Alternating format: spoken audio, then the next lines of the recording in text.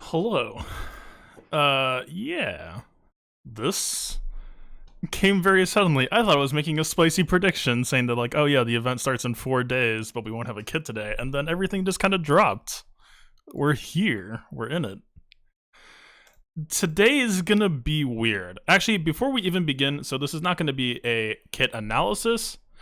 But also to that end, I also kind of want to talk about this because with any video reactions or anything you see, the prevailing theme for most major releases these days seems to be that all of these new characters are attackers. I don't know if you guys have noticed that lately. Let's go down the list. Jedi Luke, General Skywalker, Rey. Rey, you could argue, is a little bit different. She's an atypical take on the damage dealer role, but she is still given the attacker tag. Supreme Leader Kylo, Jedi Knight Revan, Darth Revan. Just pretty much across the board, everyone is built as a damage dealer now. That's a major release. Oh, I should definitely mute Discord. And to that end, like, do we have a kit? Yeah, it's actually a pretty technical kit, which is kind of why I'm a little bit nervous to do too much here. I think it'll make a juicier kit analysis for math. We can do a little bit of initial working just to try to find some options, but the thing I want to drill home here is this is going to be a very awkward choice to make on. For me, I went Rey first. I have to decide whether to go for Kylo or this character. Kylo is always available to work on, Luke is limited. And I don't know for sure. They just said we'll return in the future, and for journeys like this, which this isn't technically a journey, it's a weird event. I think Rey took like 6 months to come back, so that's a part of the consideration. But with any video that you see talking about his kit, this is a major thing you need to remember. We cannot tell right now how his damage output is, how, you know, there are some safeties, because this is a character that is very clearly built to not need speed modding, which is pretty cool. Everyone who said in my guide that, you should not be keeping mods without speed, hi, I'm here now. Hello. The writing was on the wall for this. We're here. We're in it. But we are just in a awkward position of, basically, I guess what I'm saying is, if you are working on a Galactic Legend right now, and if you need to make the choice between, do I need to spend my saved stuff to keep working towards a Galactic Legend or Luke, you should at least wait until we can see stats in swgh.gg. We will have a better picture then. Do not buy into hype or anti-hype or whatever that you will potentially see in the next few hours. Patience is always good, especially with, we've got a solid number of requirements here. I think that there are some things that will be pain points for some people. I'm weirdly... I have a very weird history with Galaxy of Heroes that actually places me kind of conveniently, like, kind of okay for this event. I'm actually not screwed, conveniently enough. I'm kind of feeling some music. Let's throw some on quietly in the background. But he has no rebel tag. Yeah, we'll get to that in 2 seconds. Yeah, there's a lot of surprises in here for me.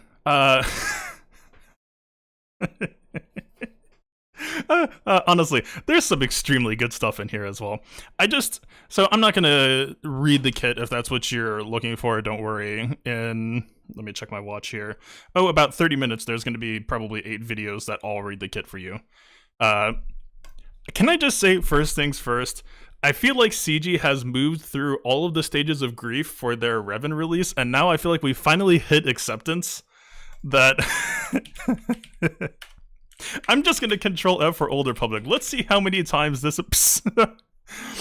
One. We have 4 anti-callouts for Revan. They're just like, alright, look. How are we supposed to make Jedi Luke? Like, Revan is just gonna cause issues. They're just like, alright, dust my hands with that. He doesn't exist in the game. Good news. We deleted him for the purpose of this kit. Which, ironically, looking at this kit, I still think that there's going to be a reason to still stick him in here. But it depends. We'll see. So yeah, there's some really weird stuff. The general stats that I'm seeing here, like 30% crit chance and crit damage, that is still pretty decently positioned below Jedi Knight Revan's stat line. The whole real crux here is we have a character that is finally explicitly built to be slow. This is like... This is such a loaded terminology now, especially since they screwed up Hux's whole release, but in some sense, this is the first Thrawn-like character, is the word that I'm going to use here, that we've had since Thrawn. His kit is nothing like Thrawn, but we finally have this consideration of slowing down one of our characters to slow down, in this case, their whole team. With a caveat, and this is a big caveat if you're on the fence for Luke versus a Galactic Legends, they just straight up said his lead doesn't affect Galactic Legends. So if we're building a hypothetical tier list, that's a big minus.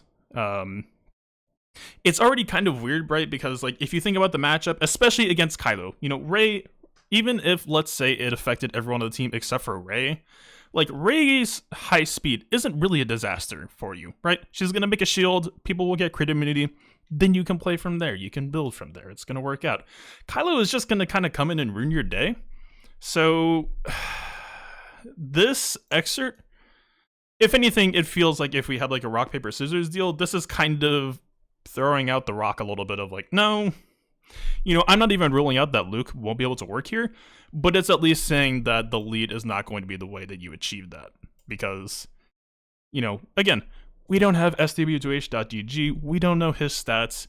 He could have 200 base speed, which, again, if you mod him speedless, that's still not bad.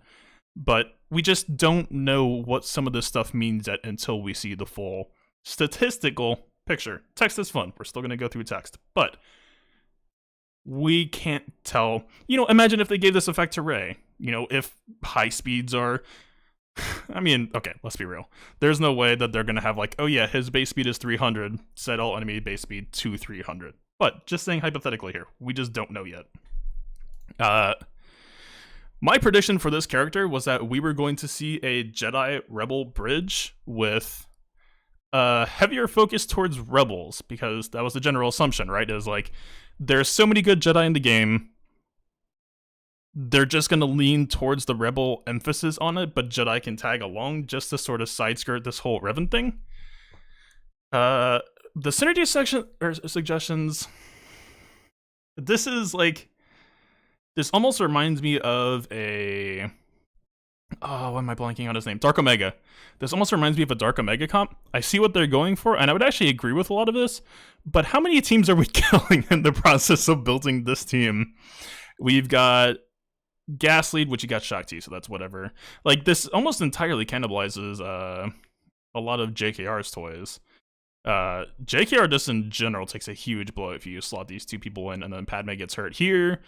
Hermit Yoda's kind of a roaming soul. Like, yeah, Hermit Yoda and Jedi Luke especially, you kind of expect them to go together. First thing I do want to call out here is, at least for some of the purposes of, if you want to think about, like, gas being used against Galactic Legends, Jedi's Will is pretty big in that it's going to give us a capability of, this essentially can in some ways stand in as a replacement for Watt tech piece. So just in terms of a strategic addition to your roster, this immediately caught my eye. If we're talking about ways to kill Rey or Revan, Cam is still, like, our guild had a little bit of a rough track on it, but we're still pretty close to the top, and Cam is still a little bit of a ways out for us. I mean, you know, if you don't get the character the first time anyway, then Cam will be more of a consideration by then. Let's see. Like, I'm 60 out of 65 on him right now. So here's the thing, right? How do I want to put this? There is a lot of turn meter in this kit. There is a lot of turn meter weaving in this kit, but I'm feeling a little bit conflicted here because we don't have initial speed as well, which either means, if we want to go up to their recommendations here, honestly, I looked at this kit and I was thinking, immediately, like, we want a swap just to sort of subsidize. I know that the Heroes Arise, like, whichever Jedi goes first is gonna give Luke a turn. But when you build this team, unless Luke is just a great damage carry, or like I feel like this is why they put General Skywalker in as well, like, do you really want to give Grandmaster Yoda a speed build? That's a lot of this feels a little bit awkward to me in terms of team building, which I will say. I don't think that there is any actual exclusive text that I've seen as well. Let's say I don't think I've seen anything that really points to everyone has to be light side, everyone has to be Jedi. There really isn't that much here. But like, you want to talk about absolute control. Thrawn was one of the first people that came to mind for me here. Because, you know, like, Thrawn and Jedi lead, there was a consideration, or JKR lead, Thrawn wasn't going to give that bonus speed, and he would bring down everybody else's, or like the same for Watt. That's not actually happening here. Ooh. Okay. The wheels are turning a little bit here. This does kind of raise the stock. At least I'm thinking for anti-Rey. Again, Kylo's going to go first as well, so Watt TM piece is going to boost both. But Watt is going to wreck you in a way, and like, we don't really have anything that helps tanks pretons or anything. Still pretty much across the board. It's... God, Jedi and pretons, what is it with this? Let's see. Like... Right, we had Basil lead giving it. We have Old Ben who can come in with extra turn meter and then do it. But... I'm trying to remember, Master of Forms. He starts off in Ataru.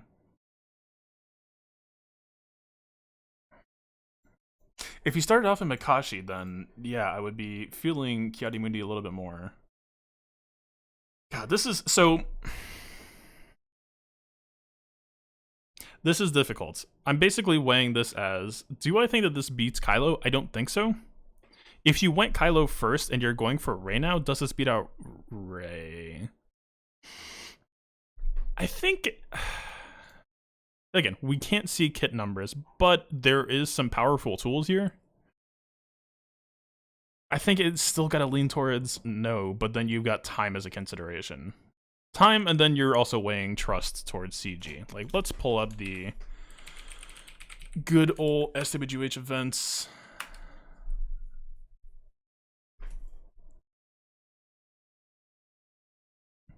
Let's see. This is technically a new event, so looking at precedent kind of breaks here. Where? Oh, are all of the old events just gone now? Because they're in the guide? More events, here we go.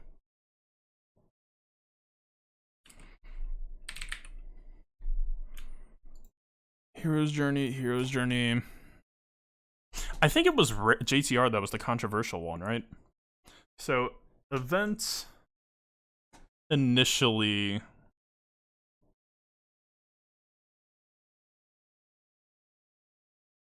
Or was it came back? Wait. This timeline is too in-depth, I just want to see the actual run times, damn it.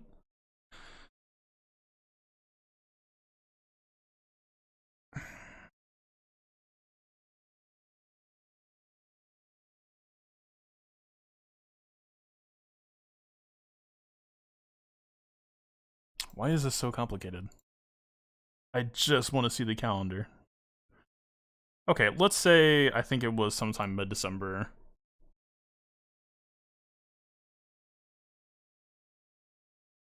I feel like one of these events I remember taking something like 5 or 6 months and people were just like, what is even happening now? We waited so long. From GAC perspective, less wasted GP via Luke route? Yes, but... Okay, let's put it in context. Luke is not going to be a... I don't think he will be a defensive powerhouse. There might actually be some interesting considerations with the AI. It's possible that Luke lead on defense, the AI will just do this reliably. get Luke to 100% turn meter, it's going to lock down your speed, and you play from there. The theory crafting for this character actually ends up being kind of cool. I'm a little bit hesitant here. I will say, if we do go this route, it's a little bit of a shame that this has to be Relic 3 now, but it at least does mean we're going to have a crisp, fast Hermit Yoda. I was actually planning on just doing his right side pieces at some point. I have 2 of them, but like just the finisher, just to get him fast. I like in the past they would rework these characters at least, maybe like a Lando rework. I don't know that we're gonna see that at all. This character Relic is solid. This character Relic, I already have it for the CLS counter.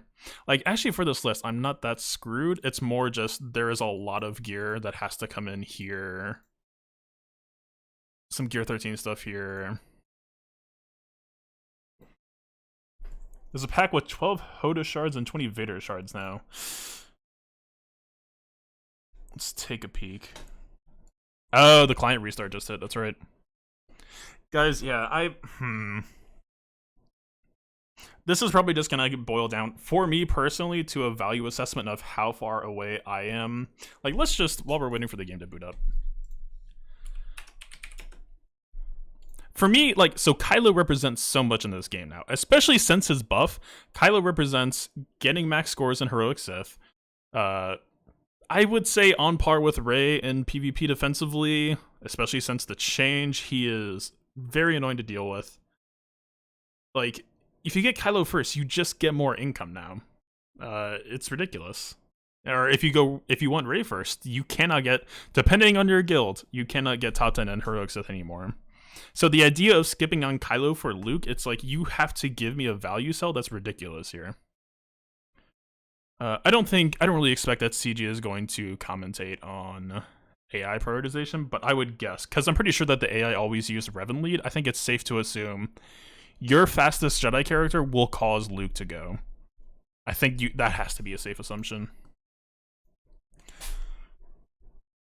Full gear lists, kind of ouch, but I'm actually ready for that. My cat is throwing a fit that I'm ignoring her. Hey, chill. A bit of ouch, but not the worst. This could be rough, but I've been bulking up on these for a while, just from Guildstore and whatnot.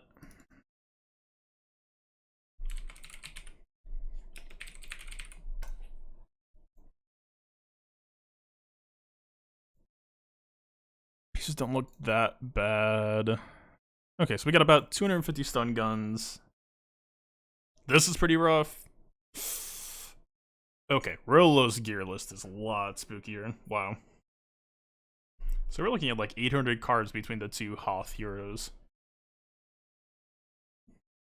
You don't even have Captain Hunt unlocked? Me neither. I think I... oh god. Past Paranoid me did myself a little bit of favors here.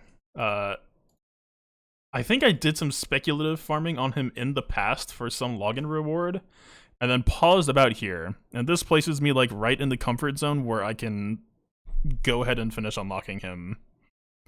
Like, let's where are we at? And people don't really care about my level of preparation. Yeah, like Wedge and Biggs were one of my first characters, so like he's only gear 11, but like the ship is here, and I don't think the ship actually has. Yeah, just required 7-star. Okay. I don't hate it. What about Wampa?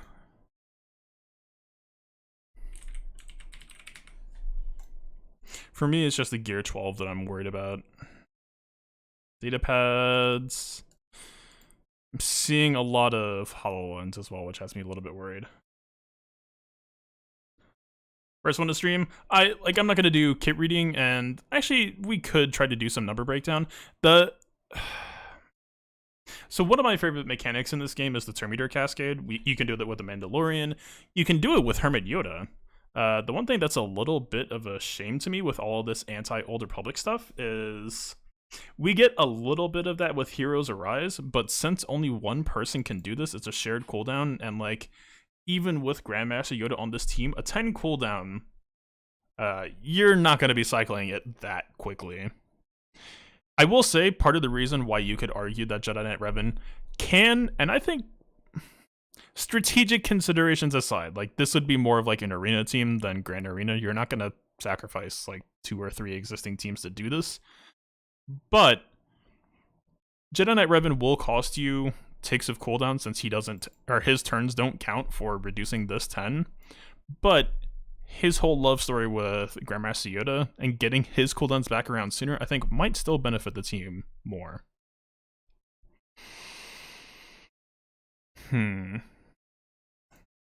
All Jedi allies gain Jedi's will for 2 turns. It's not bad. It's really just this positioning here has me worried. Like, this is why I'm starting to wonder. So when CG made this kit, they had to be concerned about, like, it's an old term from another game, but like the meta golem comp. It's like you toss Jedi Knight Revan lead at General Skywalker. Why am I blanking on major Jedi character names? Like, basically it's like General Skywalker, Jedi Luke, Grandmaster Yoda, and like Jedi Knight Anakin or something, right? Just like all of the major Jedi names and just unga bunga down somebody. How do we see this affecting the matchup? So the speed can't affect them. This is a pretty solid plus, though. Honestly, okay, if we want to think about taking on and usurping Galactic Legends, I would almost just ignore this kit text entirely. We do keep this, but just this doesn't exist. So let's look at a team-wide Jedi's Will. We'll have 30% crit chance. Is Jedi's Will doubled for allies? Or is just Jedi only, right? Okay, so what you see is what you get here. We'll double the crit chance and crit damage. 30% crit chance, 30% crit damage. Armor, ignore. 25% speed.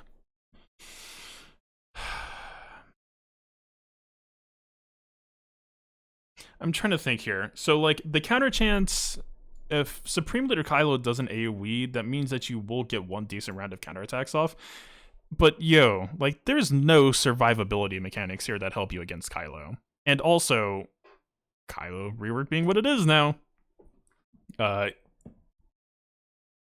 actually one consideration. Kylo's rework being what it is now, you're very likely not going to crit. The one thing I am a bit curious, we need to actually check the specific verbiage on the rework. Or on Kylo. Okay. Oh, we don't have the browser on.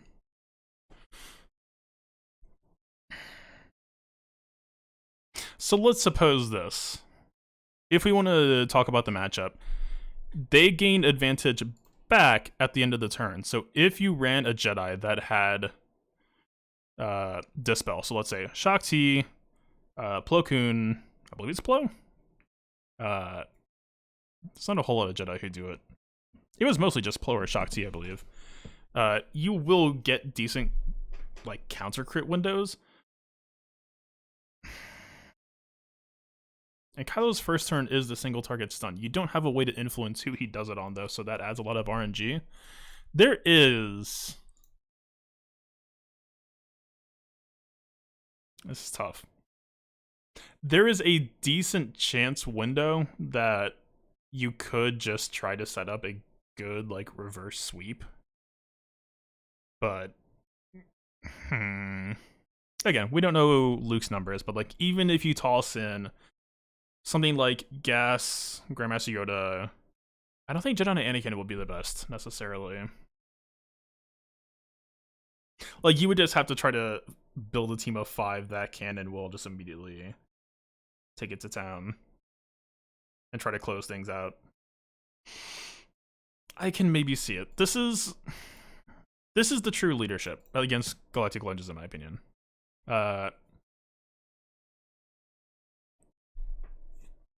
If we're gonna, like, if we're just gonna assume the team needs a pre-taunt, we're in trouble. Or at least it's not gonna come from a Jedi.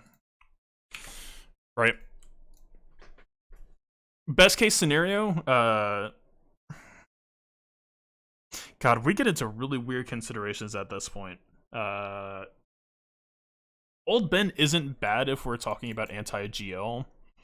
At least against SLK, you're going to get 5% turn meter, but the lead isn't giving us any actual speed. This is part of the problem of this whole mechanic, this whole dynamic that we have, is because this essentially doesn't exist, and this is contingent on our first guy going.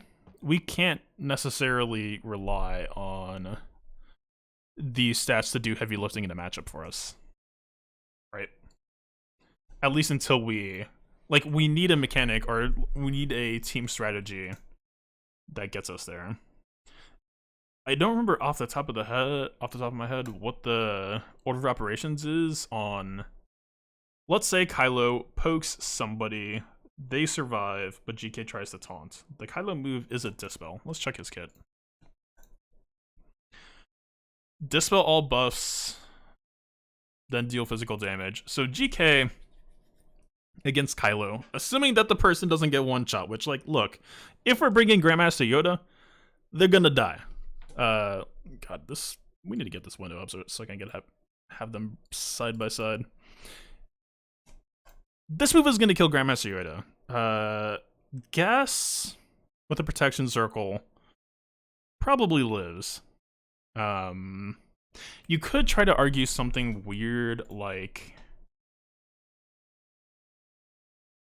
if we're just gonna rely on the Kenobi to be a pseudo pre-taunt, this feels a little bit uncomfortable. You could almost try to use Luke as a stand-in Padme and go some weird like gas Kenobi Anakin, but like the problem is Ahsoka really doesn't bring a whole lot. Like Ahsoka basic is just not what she's there for. Tanked in GK for pre-taunt? Yeah.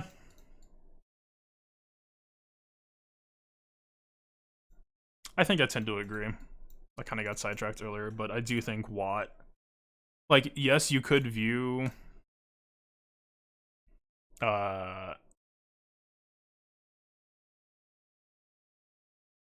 God, this will be so much easier to do in a video without having to scroll to specific stats. You could view this as a Watt tech replacement piece. And you could view running Watt on the team as kind of wasted potential even with, but I would also argue that Watt at least serves as a decently nice force multiplier in some respects for a lot of the benefits that we're seeing here. Actually, I do want to check something.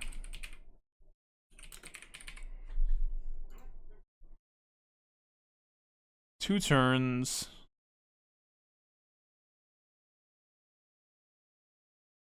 There's some really weird flow considerations for this kit that I'm not sure if I don't know if I love it yet. There's some really weird rules going on. It's like a reverse ray.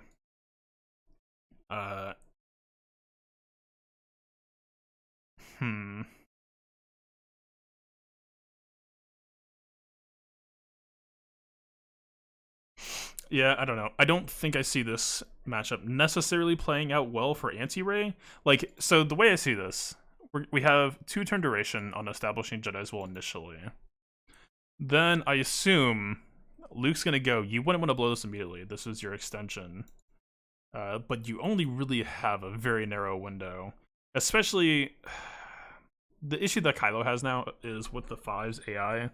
His team building is a bit restricted in a way that Rey's isn't, right? Like, Kylo can't bring Sith Trooper on defense and not expect to just get cheesed out. That maybe makes Luke's life easier right now, assuming that does or doesn't get fixed. Assuming it doesn't get fixed, I think it opens up the window here, because it's less pressure without Sith Trooper there by a mile. If that's the case, I think the window gets extended a bit and you get a bit more breathing room. You're essentially, the way I see it, going to be racing against Hux. Hux is going to be 191. Our lead doesn't have any speed. So let's say, like, Grandmaster Yoda, I'm pretty sure, doesn't beat that. Is there anything we can do? I mean, we could just sort by all Jedi. Like, Thrawn out of box doesn't beat that.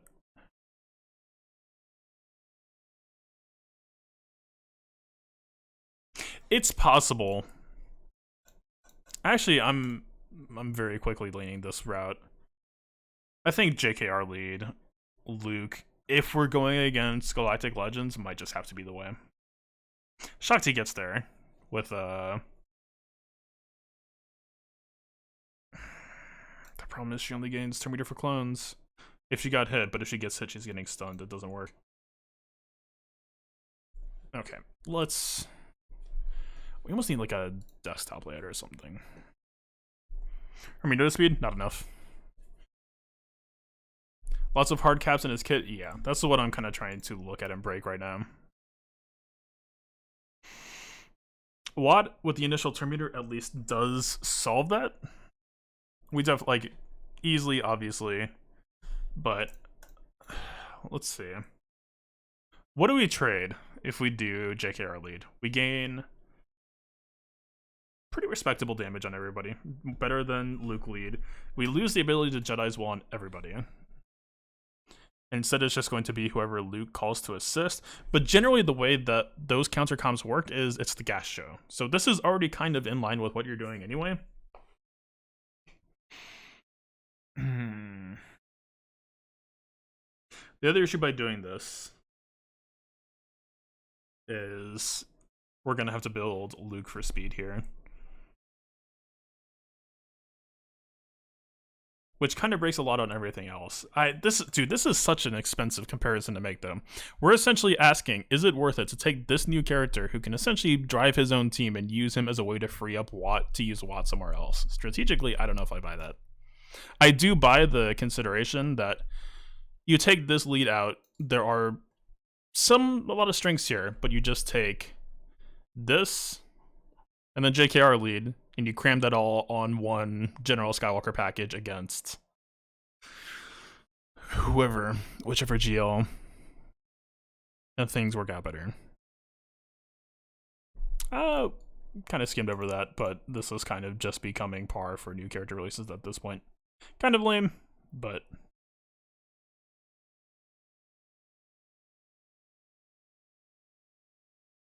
this is it's kind of messing with me here, to be honest. All of the initial mentions of turn meter actually had me really excited, right? Like, you control F and it's popping up a lot here. But this is a very selfish, like, if you want to compare to Commander Luke Skywalker, everything in this kit is just driven around, he's going to be built with low speed mods, so everything mentioning turn meter in his kit is built around helping catch him up. Whereas if you want to go to like the Mandalorian kit reveal, or the Mandalorian kit, you know, we had this, which was like, it binds all things on crazy bonkers steroids, right? Like, this was a crazy team player, but this Luke kit design, the word I want to use is selfish. I mean, you could argue, you know, Heroes Arise is not selfish, but this is like the only real team interplay that I'm feeling here.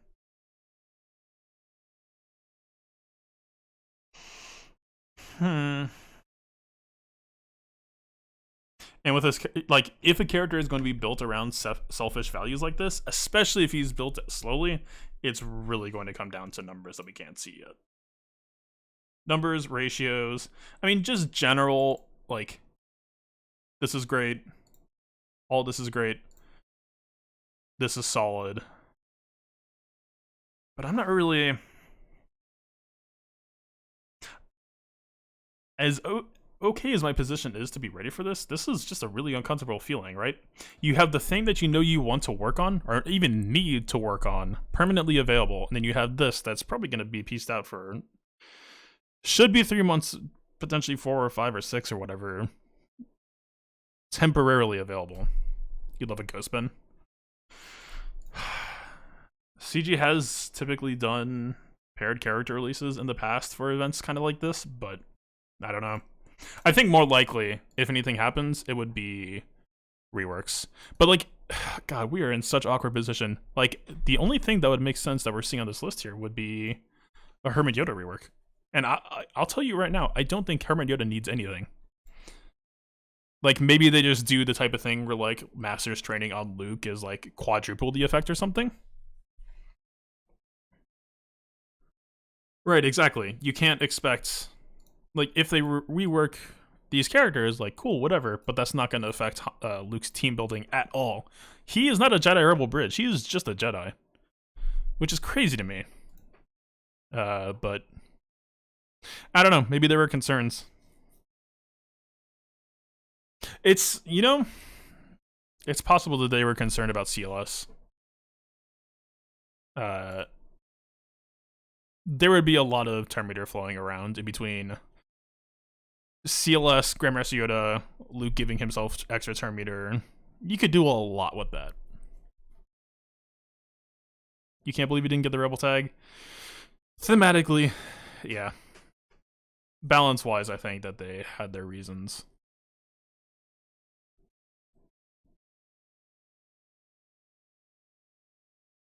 Yeah, you could even go so far as to imagine CLS lead Han.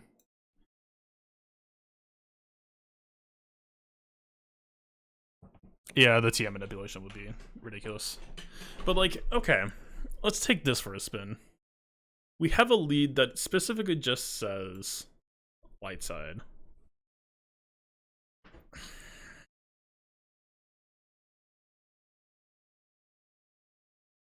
How many characters have swaps in this game?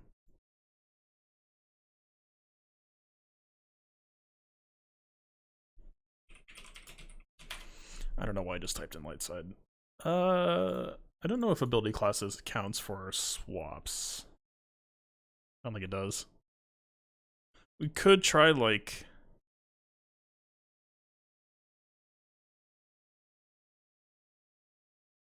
maybe gain Terminator. If we see Thrawn here, then it counts. God, gain Terminator. This is just the entire game. Good lord, is Thrawn in here? Okay, yeah. I mean, technically that might just be counting his lead. Yeah,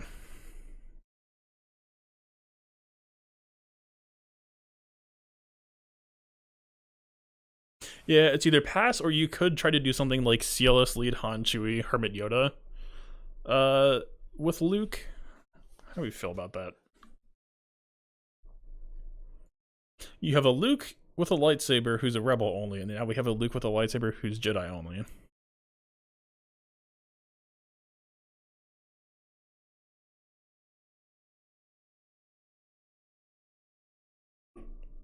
Thinking a really fast Thrawn could pass turn meter and quickly shut down the enemy team. Yeah, that's at least the easy route. I'm trying to wonder if there's any more optimal way that we can finesse something here.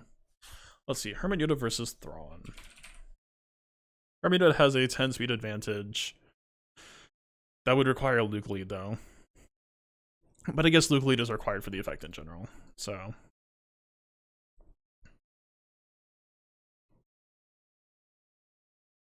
The one thing that's really awkward about this team building consideration, though, is... Best case scenario, you just have a Luke with Heroes Arise. You get the speed effect, and then from there... something like a Luke, Han, Chewie. You give them, full reign to go up against team with, let's say, 150 speed. They'll have a heyday. You will control that easily, but it feels like a complete waste of stats for Heroes Arise, right? You're only giving this to Hermit Yoda and Luke, and unless Luke is a gas level damage carry, it doesn't quite feel right. So I guess in terms of framing our mindset, you could just argue that for now, just do one last speed check.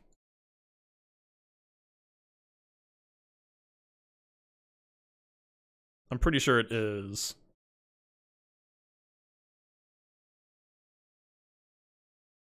Yeah, it's Hermit Yoda is the fastest.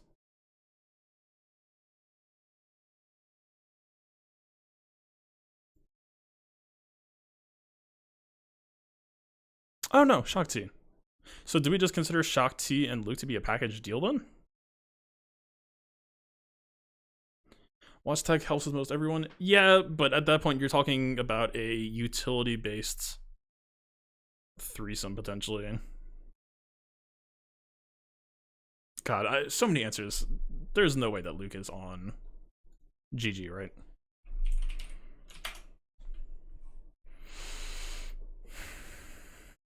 Is there any possible hint for how much damage output he has? There's no, I mean, even if CG said, I don't know if I would fully buy it until I saw numbers anyway.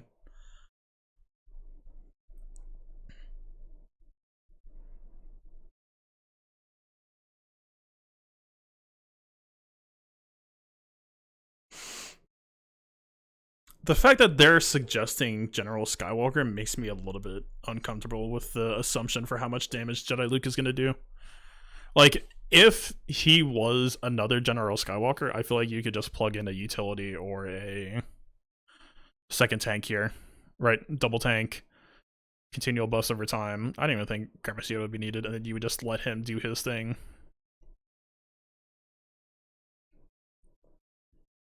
And even just by this description, like, how do we want to... They're not even trying to sell him as a major damage dealer. He's... Take it for what it's worth. Like, let's see. If you want to break down... This is like a little bit of a weird breeding the tea leaves territory, but it's about the best we've got right now, considering no actual numbers.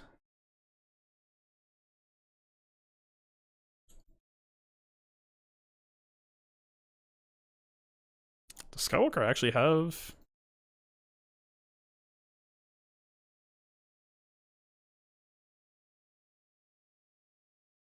Okay, so they didn't describe him as a damage dealer for what it's worth. They didn't describe the Mandalorian. Okay. I don't think there's any way to make a safe assumption.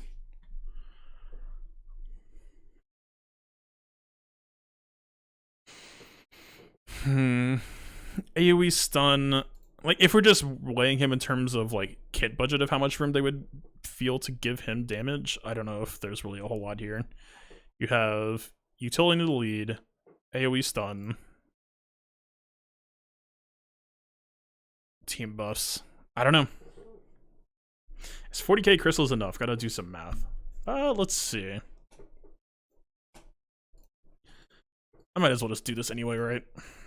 Let's go down the list.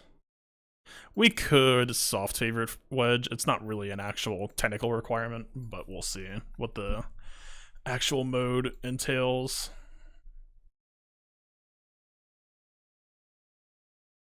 Let's get this list up.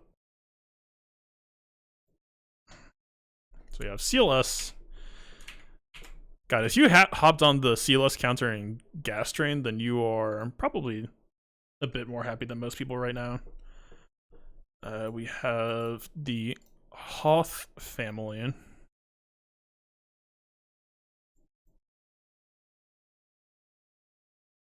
Fortunately, none of the other Hoth characters, but eh. C3PO, I guess I'll have to bump his relic twice technically, but that is a cost consideration. Lando. Don't I have, yeah, I have a Lando Gear 10. Again, man, my starting team in Galaxy Heroes was Akbar lead Lando with Wedge and Biggs. That was like extremely my shit. The whole idea of like, you mean I get to do double damage with double down and reset him with Akbar? What? Like that was like the height of like team fun for me at the time. So Lando is in, and he's he's closer than Leia is for no good reason. But baby. Let's use a southern drawl now. You won't be unlocking this guy for a long time. Yeah.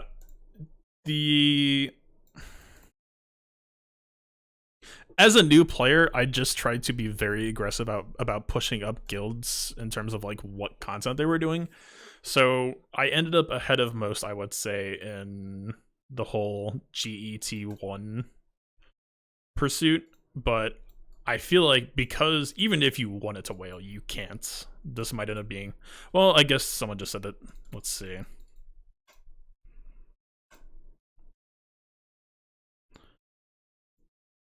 Okay, so they are technically allowing you to whale, but like this is single purchase as well. And like, I guess this is like here for if you were dang close, but... Strange R2 isn't a requirement? Yeah. My prediction for if this was just like a vanilla journey was CLS, Hermit Yoda, Hoth, and then R2. But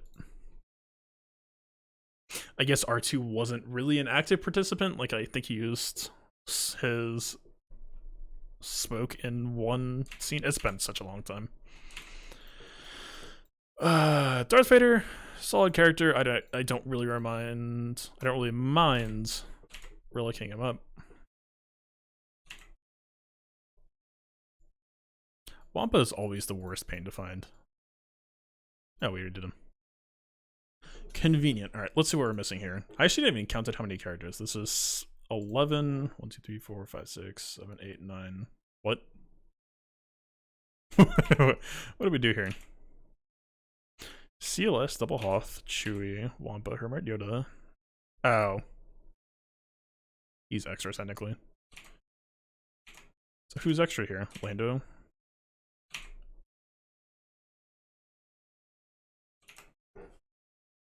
Why am I brain farting?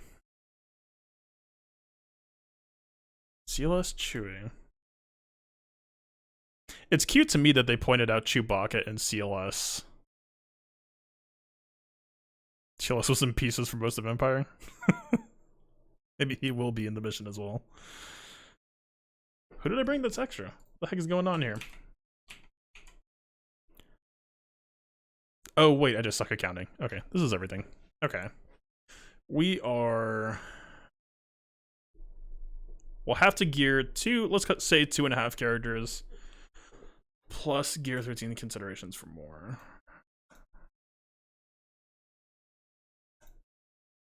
It's only appropriate, I guess, that I actually started putting off this piece for a while. I needed a couple of more for a Kylo, but hadn't actually been pushing for it until it was going to come back up again. Let's see. We know for a fact that these are going to start getting crunched, which I usually buy them on site in the guild store anyway, but we're fine here. Fine here. And, like, we're already starting to see gear overlap with, like, Vader and OG Kylo. So, like, the odds of being able to go for both without much overlap is, like, starting to diminish tremendously. Okay. I was not expecting this. I wish that there was a gear prep checker on SWGH.gg, but, like, this news just came out, so who are we kidding? That is ridiculous to hope for. Is it possible this event just isn't gonna need furnaces?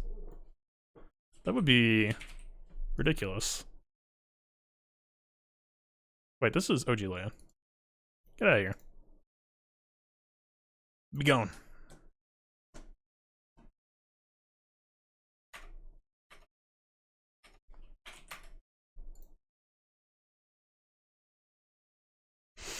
Nope, nope, nope, no. What is happening? No furnaces? Like, my entire, like, everyone's entire game, if you've been touching GL at all, like, furnace is all you know anymore. My ship table has been these two nodes for so long. That was my reaction to this event too. I was like, well, at least I have enough furnaces saved up. I'll probably be okay. And like, no. Lando needs a G12 plus furnace. We should probably... What's the boy need?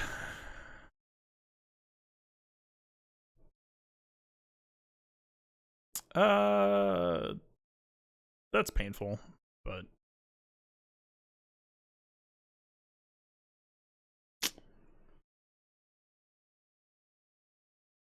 I guess so far, like, Relic 3 is a very friendly... At least compared to Galactic Legends, Relic 3 is a very friendly tier for everyone to have to hit. So really, it's just... I mean, these are easy to pick up. We could do like 2 a day of these from arenas if needed. She needs 4, he needs 2, I think. He doesn't need any. You know, let's just kick over to deck top. Deck top? Dude, my brain is racing so fast right now. I'm stumbling over so many words. This is ridiculous. Alright, we have a decent number of days to need to keep farming this. Assuming a decent rate, though. I got screwed pretty hard today. But he should be fine. I guess that's the one thing is you kind of have to close out on shards while we're still in the holding period to make a decision. But at worst, if you get burnt, this is like, let's say you wait until the last day of event. You shouldn't have to wait that long. You should just have to wait until the full kit numbers are up. But this is like at worst a wasted. I mean, let's add 2 days. I already started doing this on the puzzle. It's like you miss a week of farming relic signals, assuming that this is mostly what you need to do. Yeah, Conwolf, I 100% agree. I don't think the ship level is going to be anything of substance. Like, okay, let's be real here. This ship level, if you are lucky enough to have Lovelance leveled up by now, this is just going to be the Vulture Droid show. Realistically, and like Han's Millennium Falcon was already kind of a staple with Malevolence anyway, so yeah, just who can forget that classic Empire Strikes Back scene where General Grievous came in with all of his Vulture Droids and swept out the Empire? Like, what? How did they not require Akbar? I'm so confused. Look, I'm not complaining. The less I need, the better. But, yeah, it's a bit surprising to say the least. The ship just kind of feels tossed in. Like, yeah. The ship just feels like it's here. I mean, most people who have been touching on ships has probably gotten Han's Millennium Falcon by now. As scuffed as my Rebel ships are, somehow I am prime position here. This is like the best karma in the world for me. Wedge is my 3rd best Rebel ship here. All the people with like Gear 12 Bistan right now are like sweating bullets, and I'm just like, nah, man. This whole event just seems strange. You're not wrong. Evacuation from Hoth? Potentially. I mean, like, what event were Wedge and Han's Falcon both at? It would be like Endor, right? Yeah, Abused Doc. Welcome to my world. Our rebels are lean, except for our past mistakes. And by lean, I mean barely functional. End of Death Star 1? I doubt that we see that. Like, the trailer was all based on Strikes Back. So, realistically speaking, I don't think... Yeah, I don't know. They didn't even show ships in the trailer. So like if you want an argument for like it's just kind of tossed in there, that would have to be it, right? Yeah, I'm trying to rack my brain. I don't see anything between this here. Right? Like this is just kind of here.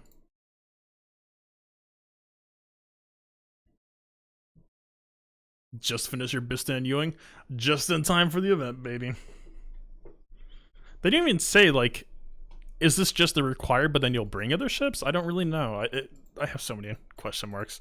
It doesn't matter. I don't think the ship will be hard. I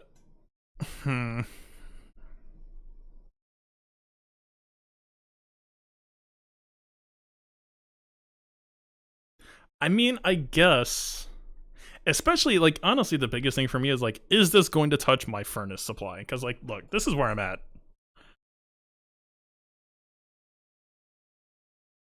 This is my list right now. So, like, what's this gonna do? It's gonna delay this a bunch. Hurts a bit, but it's not actually... Like, of all of the things needed, this is, I would almost say, one of the easiest to bounce back from. As long as you are hawking stores like crazy, targeting them wherever possible, you can bounce back from this. It's actually not that bad. It's gonna be a pretty big setback here. Very major setback here, but like, worst case scenario, we could just, once we get to that point, we could just cut all refreshes, throw arena crystals at Chirotech, and just attack it from that vector, assuming everything else was fine. Furnaces? It's what, 1 for Lando? That's it? Somehow that feels insane. That feels like cheating. The the idea that you could do this event and not have to touch this at all. Stun guns definitely take a bump. Droid callers will absolutely take a bump. I don't know. I might do this. Again, gonna wait. I guess if the event starts on the 18th, we should assume that that's the D-Day for getting swgh.gg.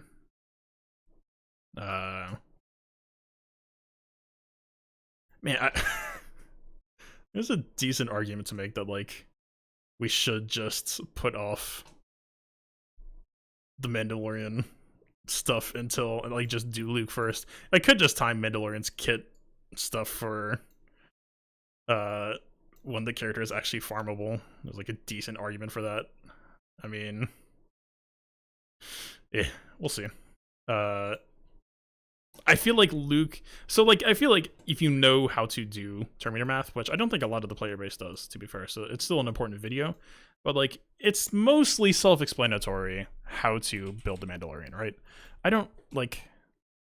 If you don't understand, it's crazy important to know. But all you're really doing is just planning the 15% Terminator gains and 30% self-Terminator gains around the mass assists, right? That's really all it is. It's not that complex to understand. I think Luke might have to take priority here. I just wish... I don't know. I kind of just wish Luke was more interesting to theorycrafts. Like, for right now, all we're really working with is...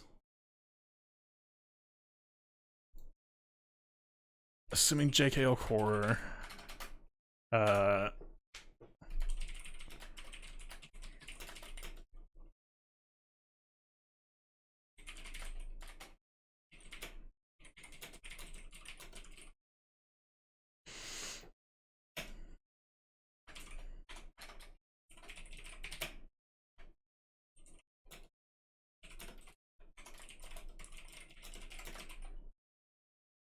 like, this feels like most of the takeaways that I've had so far.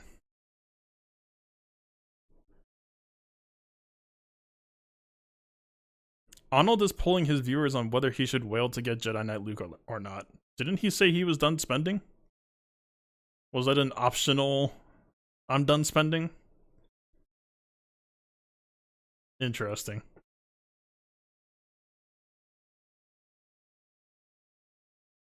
Shock doesn't grant TM to not clone ally. Shock is legitimately just in consideration right now because she fasts. Shock is just here for her 187 speed. Oh god, this clips. Yeah. That's it. She edges out Hermione by 7. Why is... Hello. Hi. God, again, this is so clunky to do live. It's so easy, so much easier just to be able to clip, edit, and then just post stats side by side. Hermione I would like more in general. But if it's matchup dependent, especially because we don't have a speed lead here. If we're working around it, I feel like just trying to get there sooner might be worth considering. Plus, also, actually, okay, this is something I want to check.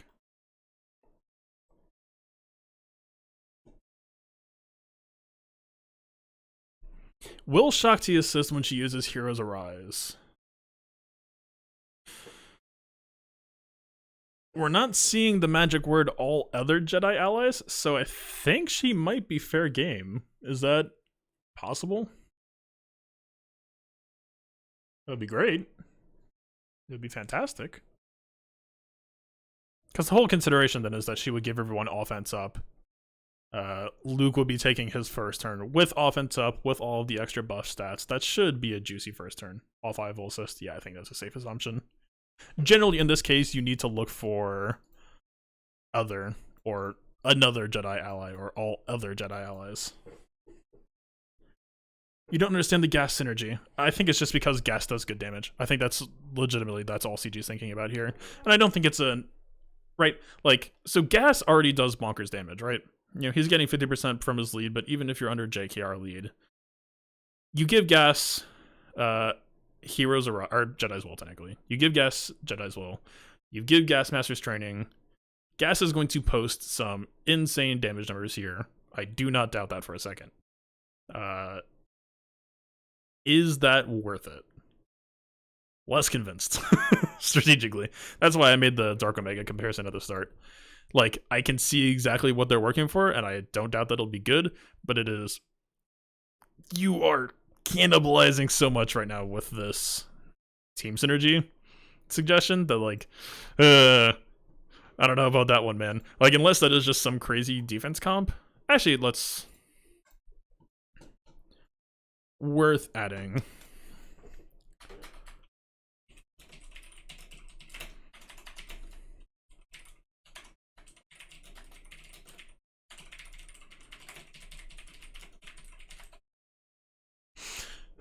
If we assume that it's defensively viable, though, then the counter would just be teams with heavy turn meter gain, so that you could just drag yourself back ahead in turn priority still.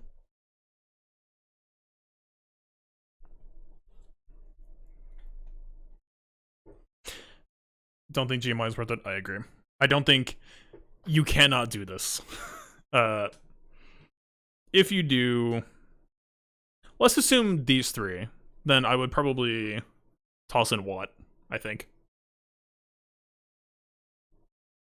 Watt, you could argue, again, with Jedi's Will, you lose a little bit, but you could just turn meter PS, turn meter Yoda to get the ball rolling sooner. But that wouldn't work on defense. That would just be an offensive strategy. I guess at least on defense, Watt would give you a pre-taught GK, or just whatever tank you decide to add. It's funny, it's so quaint, it's so cute that I thought that Jedi Luke would make Kara potentially make sense a little bit here.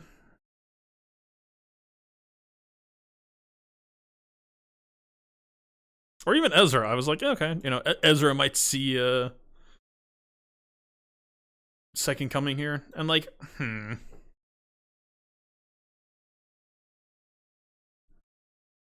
yeah, like the fact that like Luke will have counter chance, but you're not gonna be doing. He's not a rebel, so C-3PO wouldn't give him exposes.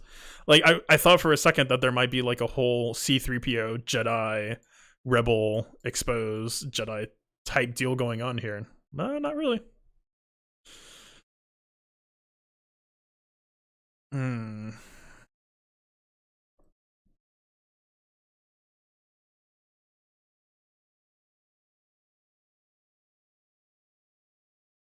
It's worth remembering. Ataru does give him plus 20 speed. He's still only 174, but good work. You were hoping for some amazing Ezra synergy with another Jedi Rebel? Yeah, it was, yeah. I think everyone was kind of... It was a very logical initial assumption, let's say. C-3PO could still work here, but just, right, like, the moment that you're taken out of the realm of places or eras and you're just working in classes, you're just working in Jedi, it makes things a lot weirder for bridge characters like C-3PO. Don't forget Kanan, true. In some ways, I think if they started specifically, like, right, in some ways, this is a good kit in the sense that we don't have, like, let's control F the word all, right?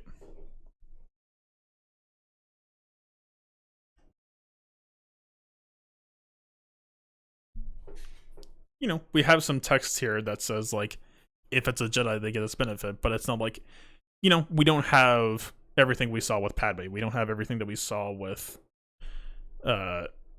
Hux, right? We can still be flexible here. So in this respect, I'm kind of okay with this. Like, I think a Luke that specifically needed Kanan and Ezra might have ended up being a lot more boring.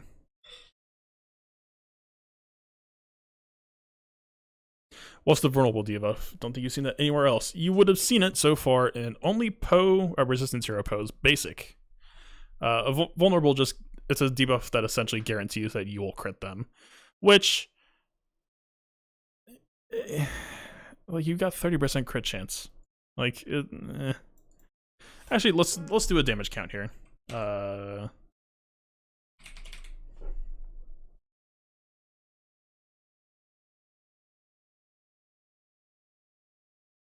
Wait. Am I crazy here? This is just a damage move against raid bosses, but not weird. Physical damage, physical damage. Yeah, so relics are going to give him crit chance anyway. I don't know. I mean, the real story here is just the stun for one turn, right? So, like, ideally, we don't really know the AI is turn priority yet, but you could assume your fastest character goes first, and then you just attempt at least a team-wide stun. That's fairly disruptive for defense, assuming that's reliable. Cal QDEX says, oh, we really need chat up here. It's not fair to you guys. Let me do this. Shouldn't take long. There's a lot of really good stuff. I'm happy to... Alright, it should be here now. CalQDX says, I'm worried the stacking damage stuff means his base damage is going to suck. This is a great concern that you should be applying to a lot of aspects of his kit. So, like, let's look at his basic. Jedi Knight Luke gains 10% max protection until end of encounter, stacking to 100%. This is a lot of why I was saying, do not make a judgment on this character until we can see the swjuh.gg stats. So we can actually make an educated, informed, statistically correct guess on how the character is going to play. There is a lot of stuff in here that, being designers in the right mind, you don't put budgeting in like this and then just put normal base stats necessarily. With this much, take something else is very likely going to need to give somewhere else. Unless, again, this is a very selfish character kit design. You could say that, you know, something like a Kylo. Kylo does very, very little for his team except for his leadership. This could be a Kylo type character, but yes, there is a lot happening. You know, you have stacking offense here. You have stats here. You have stats here. This is part of why I'm so uncomfortable with, like, it is entirely conceivable that, like, his stats are, let's say, 80% below par for what you would expect for a competitive attacker, and then once you get everything online, then it's like, okay, his damage is good. Which, like, to be fair, in most use case scenarios that I can imagine, Jedi's will is going to always be on him, at least when he takes his first turn. I don't think you can really argue otherwise. We might need this character for a ship. It's possible. Look, guys, I'm gonna be honest. I mean, you saw my Rebel ships. I just do not like the Rebel ship mechanics in this game, and like Y-Wing especially, just double down on that. This whole 35% chance to assess other Rebel allies, 50% chance to assist other Rebel allies. It is so many coin flips. I do not like the inconsistency. I do not like the RNG. Look at Malevolence. Malevolence is fun. It's consistent. It's predictable. What do we got here? Oh, I guess technically we need to look at Vulture Droids. Hi. If the target enemy has buzz droids, we have conditionality. They will always assist. This is what I like. This is what I want. Take RNG out, add conditionality in. There's more consideration when you're playing, and you know for a fact that when you make that choice, it's going to work. I do not want to have to build Luke's X-Wing for the next meta fleet, and then half of the mirror matches are just, well, his Han's Falcon assisted twice more than mine did, so I just got fucked. Right? That is not fun. Straight up. Millennium Falcon mirror meta was not fun. You're investing in Empire fleet just to spite every Rebel fleet you see. I mean, there's a decent amount of budget in there, right? Ah, we don't have a Luke ship. There's nothing really to look at anyway. Yeah. I don't know. General predictions, I would say, probably positions very, very strongly. Not as oppressively as Galactic Legend, although there's really, if there's one takeaway right now, we need to be focused on the X factor of this. Just like, you know, if we do an auto test, if we go in game for a second, do I even have... Yeah. Alright, so generally you can use auto as a sample test for how the AI is going to do anything. So like, it's Jake Hurley, doesn't matter who we throw in. Start the match. We press auto. JKR has SA. Oh, actually, wait. No, we do need Hermit Yoda. I take it back. I'm almost positive that Hermit Yoda on defense would always use SA first, which actually might bump up our consideration.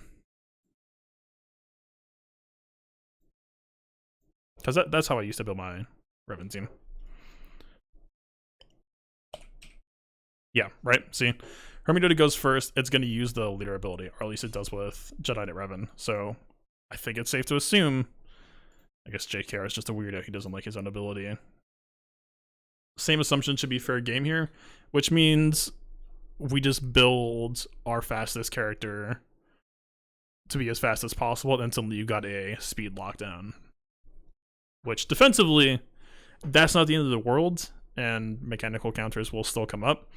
But a team wide, whatever his base speed is going to be, because safe to assume you are going to be building this boy for speedless. It at least makes life a lot harder. Let's say an average speed of 280 to 320 on the attacking team versus 150 on the defending team, or reverse that if you're playing Luke on defense. That's 2 turns per 1. Right.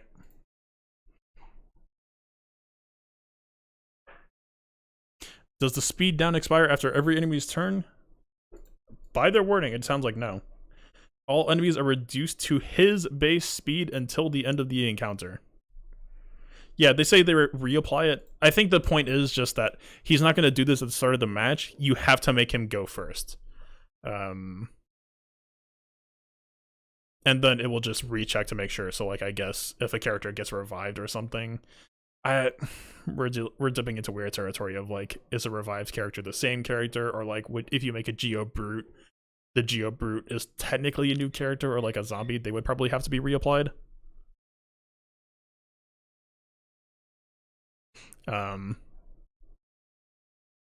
Yeah, it is permanent, which is part of why I think it's so huge. If it was temporary, then it's still powerful, but it's kind of less compelling. But yes, this is, you satisfy the condition, you build the team for this, you get what you want, which is extremely worth noting. I'm kind of thinking of something like a Grievous, maybe. You just need, a team that you would take against it is something that can literally forcibly just drag themselves, in forward in the Terminator or turn order with their Terminator gains, that they do not care about the lower speed. And Grievous with Newt could actually do that. You think about Rebels, CLS does have a solid amount of Terminator gains everywhere, but you're not closing the loop that way, right? I mean, let's see.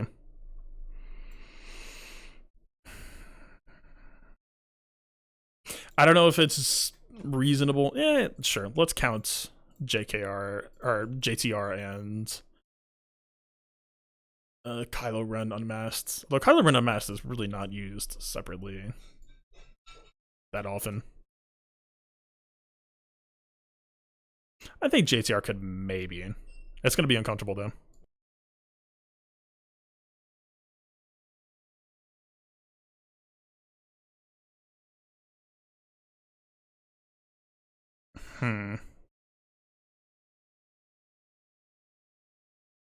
Jedi Knight Revan, I would give a solid favor, or call favorable, just because you have, it's Jedi Knight Revan. We know what it is. He's gonna get out of the gate ahead. He's going to do some pretty good murder. I don't think Luke really, if Luke can get his setup, then you have a very different ballgame. But you still have Grandmaster Yoda, who can at least himself do a lot to cheat out the rules with all of his extra Terminator.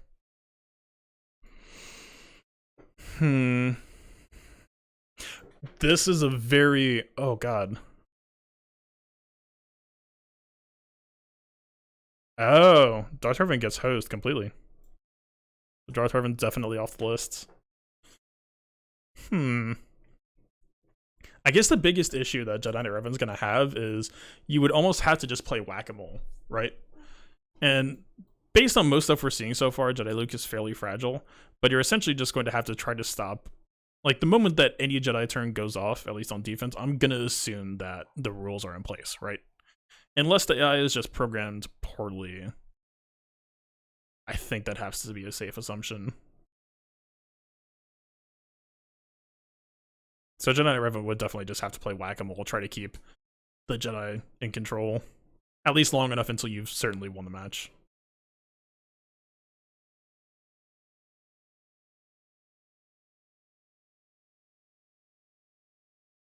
Geos are interesting. I think Geos, again, there's not really a whole lot of defensive fail safes here. Like Jedi's will is all, like, just all across the board. We are just talking like, yeah, yes, technically it's like a team-wide health and protection game, but this is going to be used at match start. So unless it's something like JKR where you have already taken some stuff, this doesn't really mean anything, right?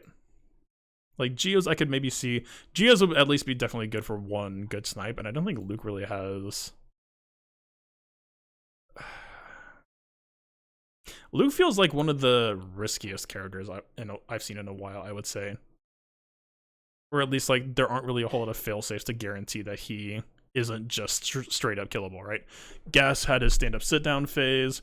Revan had Savior. I would say Darth Revan is probably the closest, right? Like, but Darth Revan still had the Equalize, so even that's not a fair comparison.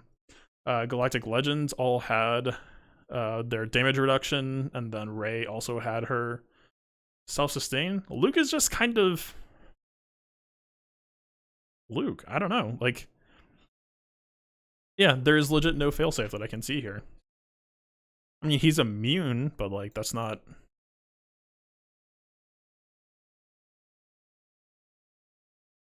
It's interesting.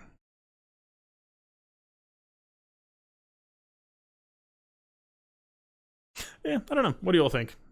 Are you all going for? Are you all convinced? Are you all going to invest? Makes a little sense that he's only a Jedi Knight in this form. I would bet that if and or when Jedi Master Luke comes out, that will be the Rebel plus Jedi. It's my guess. They probably wouldn't have saved this for that. Just based on the requirements, I think I can do it.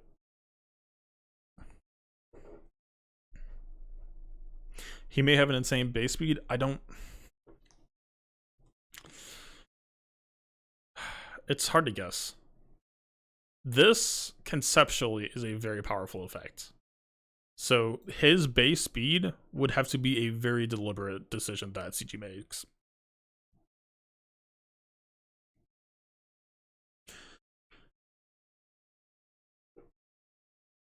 For some reason, the number 150 comes to mind. It's not cripplingly slow. It's not like you could set the team speed to 90, but it's not like 170 or 180. So get your SLK. Yeah. It will set mine back, but it's only certain things that I could focus on specifically. Yeah, Oliver, the whole team is not affected. It's not just the Galactic Legend. It's everyone is immune. Yeah, Conwolf. I think with the Terminator gain, I could definitely lean towards 130. Like with all the Terminator gain, they could set him to be like a 90 base speed, absolutely. But that makes this feel insane to me. It's just one of the reasons why it's really hard to judge this character until we know what it is exactly.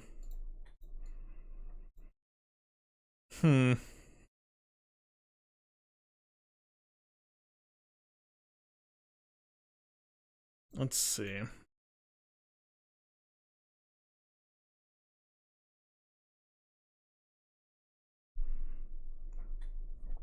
Luke seems like another DR counter. I mean, yeah, but I don't think Luke would really struggle versus anything that isn't Galactic Legend that I can think of. Padme, maybe. Padme's not stun immune, though. Right? Just fear? I'm almost positive on that. Just covering my tracks to make sure.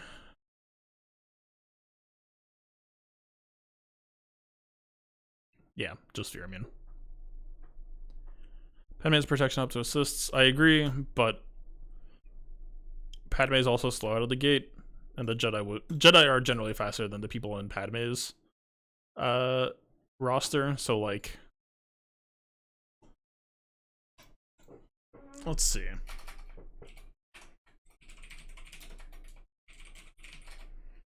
DR Shuin, JKR I think should work out just fine. It depends on the JKR comp, and you don't really see JKR on defense anymore. Huh. Again, we don't know Luke's base stats, but like, unless he just ends up being like, so the assumption that Luke is modded for speedless does actually build some, like, you could make a pretty good argument for tank Luke, and just like he just needs to live, or maybe tank E Luke, not full tank Luke, but like, right, because you have all that speed budget freed up, you're really just gonna focus on damage and survivability. So it's just about how you tip those scales. But like, otherwise, there isn't really anything unless you cram Revan into the team. Like, JKR could just mark and kill Luke, so let's put an asterisk.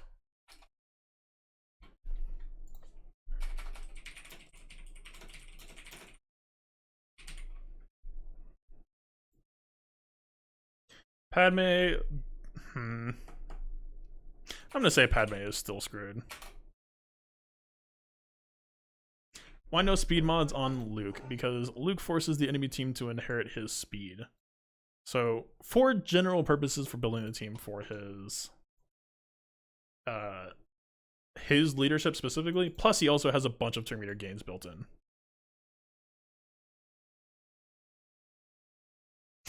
Oh.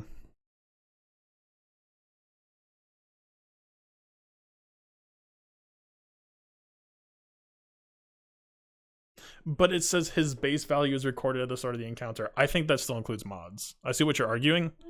I bet you that still includes his speed mods.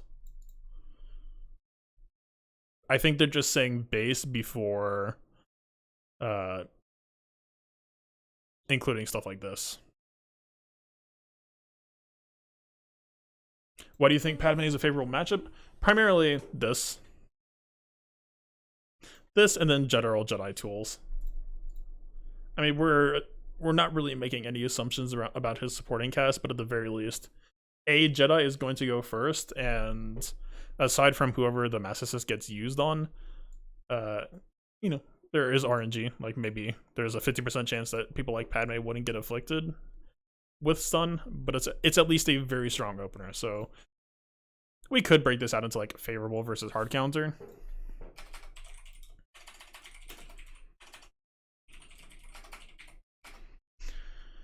I think that's fair. Add some nuance.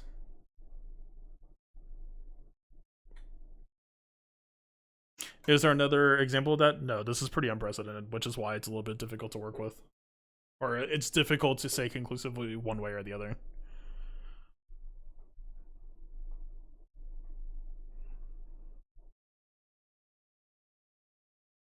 But also it says his base value is recorded at the start of the encounter.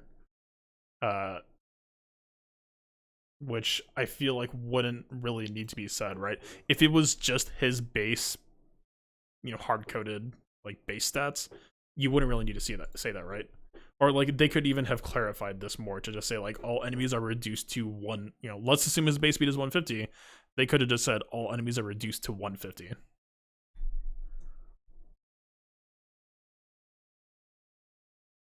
I think that that's a safe assumption. So let's do this. Hard counters. I feel like DR is a... I think it's a safe shoe-in. Let's do a quick refresher. It's been a minute. Revan is 174, so the Jedi go first. Luke's in interfere, the rest of the team isn't, but I could see that fight being messy, but I think it should still be Jedi favored. It depends on the Jedi team comp. Really, the story of this is like, if we're judging matchups, it's how expensive do you want this team to be, right? You throw Grandmaster Yoda in there, he's gonna go before Basil or anyone. Everyone's gonna have Synacity up. It's fine. But it's more like, do you want to take Basil from Revan?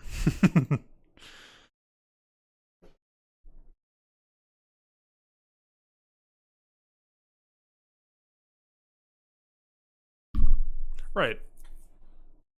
Yeah. Samuel, you and I are on the same page. I agree. It's possible it just doesn't work that way, but only one way to find out. Hmm.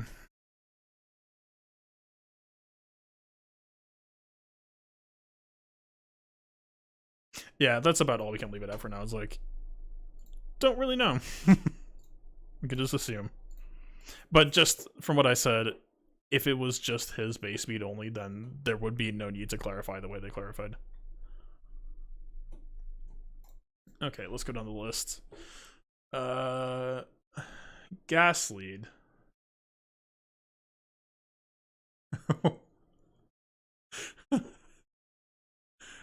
I'm not gonna lie. I just see this team getting dicked horribly by gas lead. I'm not crazy in this, right?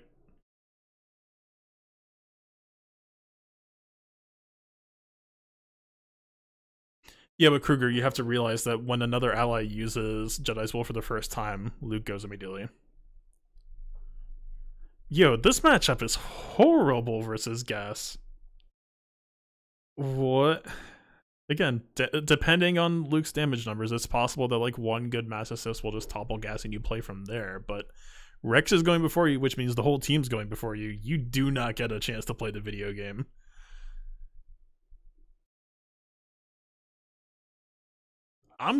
You know what? Yeah. I'm not even putting this in unfavorable. I'm just gonna say extremely negative. That's my initial reaction.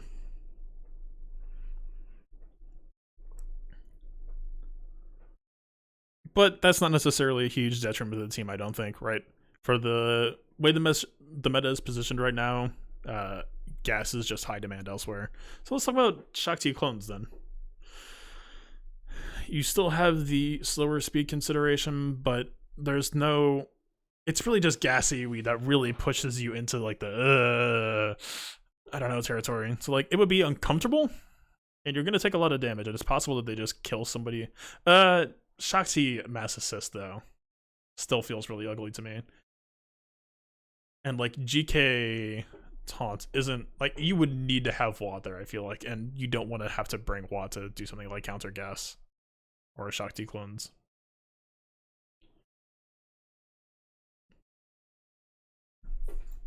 I'm gonna put this.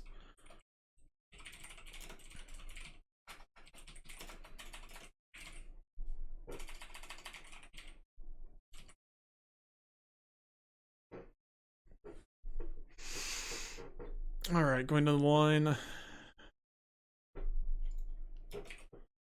I'll caveat this.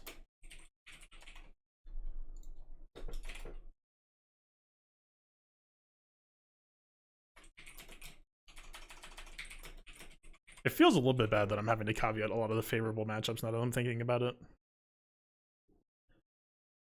Do you think I'll be able to beat a JK with your Padme on offense? I need to recheck Padme's specific text here.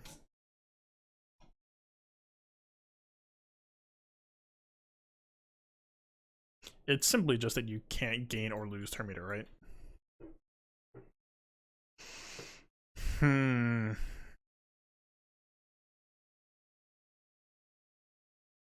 God, the idea of Padme getting reduced to like 130 to 150 speed, like as a team, they already don't have turn meter to work with. That is rough. Even if this fails, like they'll get their first turn off and potentially there'll be some ugly courage, but yo, that is uncomfortable now that I'm thinking about that. Yeah.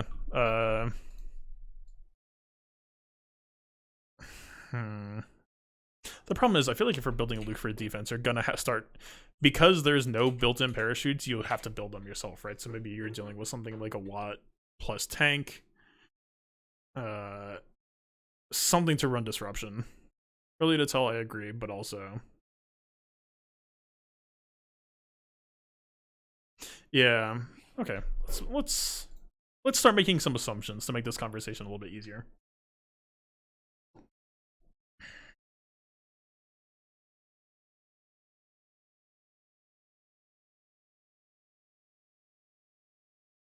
I think I like Shock T here. Hermit Yoda first is interesting because it's also team wide 5%. So we're kind of preserving the whole effect of Jedi Knight Revan Lead's ability. But Shock T is just 7 faster.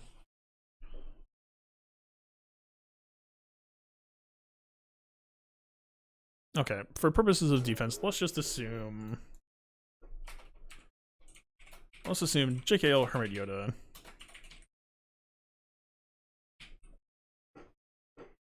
It feels like we're either dipping outside of the faction for a tank or we have to have Watt, which is a bit unfortunate. And I don't think you can really afford to spend Watt on this team realistically outside of Arena.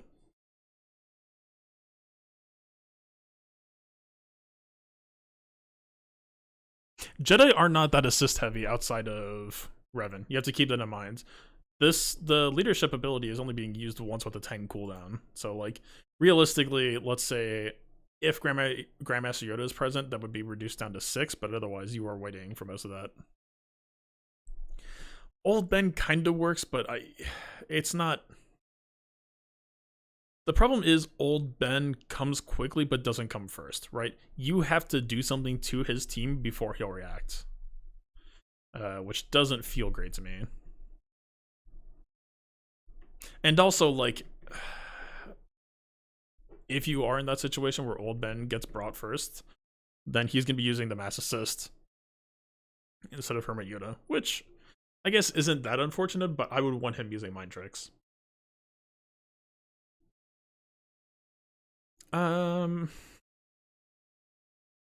Maybe just for purposes of, because my Old Ben is not seeing use right now. He's a budget ad, I would call him that. Not the perfect ad, especially if Watt isn't there, but I don't need it.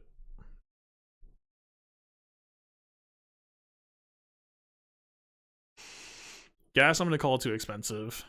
Unless it just turns out that like the team is oppressive and just getting lapped by Gas is too much to handle for defense for a lot of people that aren't like GL. I don't think you add General Skywalker to this team. You need him too much for other places. I would kind of want double tank here. So right now we are 1 utility, 1 damage, or 1 tank. You could just go double damage, double tank. I don't think I hate that too badly.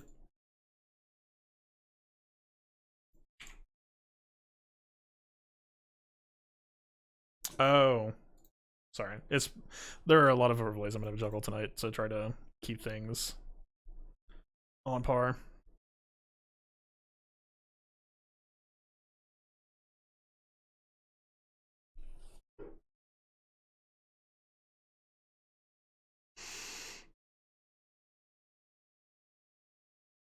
Luke Hermit Yoda Old Ben just doesn't feel that compelling to me, right? Hermit Yoda basic on assist is cool. You're giving Team Terminator. Old Ben's basic is not much of anything. Ezra maybe? I mean, Ezra will be budget, but like, okay, let's look at. Let's just look at the list opals.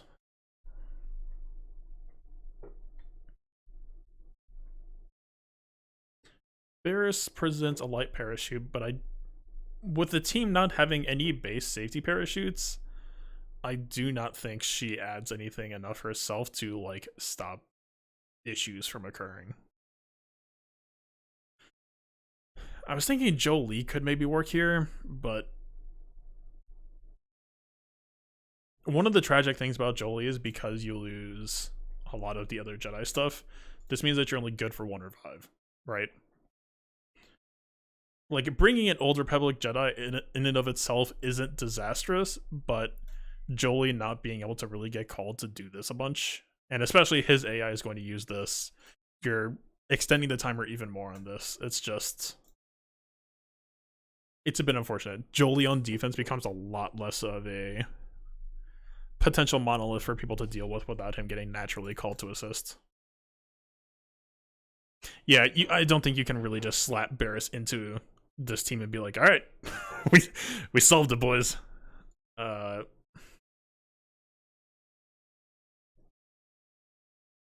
problem with Ki-Adi-Mundi is if I had a 7-star Gear 13 Ki-Adi-Mundi and wanted to use him, he would color the draft pretty dramatically. I would want at least 3 Galactic Republic Jedi on that team then, if not 4.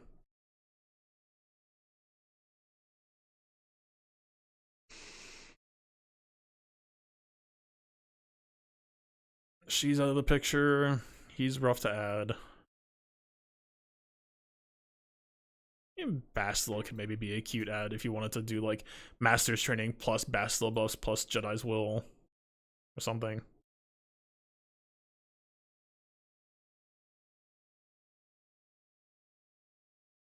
Plo Koon.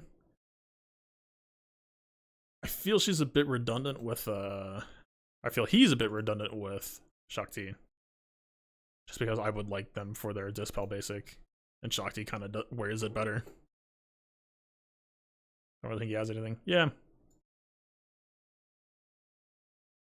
This really just becomes a discussion about cannibalization. Like, Herman Yoda and Old Ben are the easy as. These are like the low commit. Pretty much everything from here in this group hurts something. Jake also says this is all on basic. Did I skim that? Dispel buffs. Fair enough. I did indeed skim that. I mean, Shakti is just there for her initial speed. It was just included as a bonus. Alright. ST Han would be usable to grant tons of TM. Stormtrooper Han needs a rework before that becomes a real way to use him. Dispels are just common enough now that you cannot expect him. You cannot expect, like, because of the fact that Watt piece with Han does not count for the turn meter effect. This taunt that's created by him here is going to last for extremely low amount of time. It's just not a reliable effect, I don't think. It's a lame response, I know, but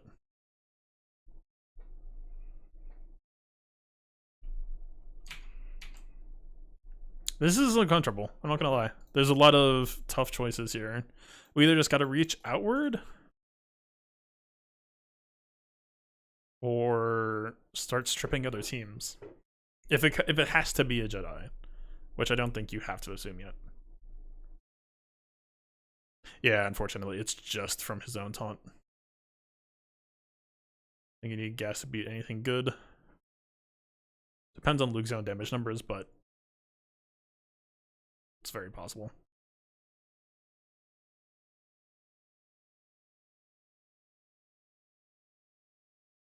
Would Vsauce be of any use? She really needs a Jedi tag.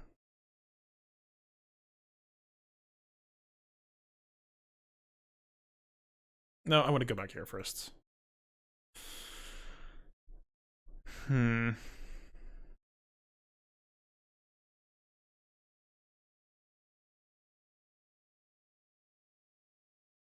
Is this a dumb idea? Like, okay, right now we're just saying he Jedi tag, he Jedi leader with Jedi synergy must put Jedi, but you could go a team building slant on this that is just, you're slow, I'm fast. Let me, like, what if you can start reviving other wing conditions? We're getting lapped. Like, having 150 speed and getting hit with this, like, an AoE cooldown drain becomes way, way scarier when your speed is essentially, for most characters, cut in just about half. Like, it will essentially feel like you're, like, from the player's perspective, if this is on defense, you are essentially playing against a double speed nihilist. It could feel bad. This is kind of out of left field. I don't know. Like, to me, I would almost just prefer something like Han Chewie as a flex 4th and 5th. But I kind of want to try to get in that headspace of, like, what it would feel like to play against just as a slow team. You need a tank as a 5th. Yes, you would.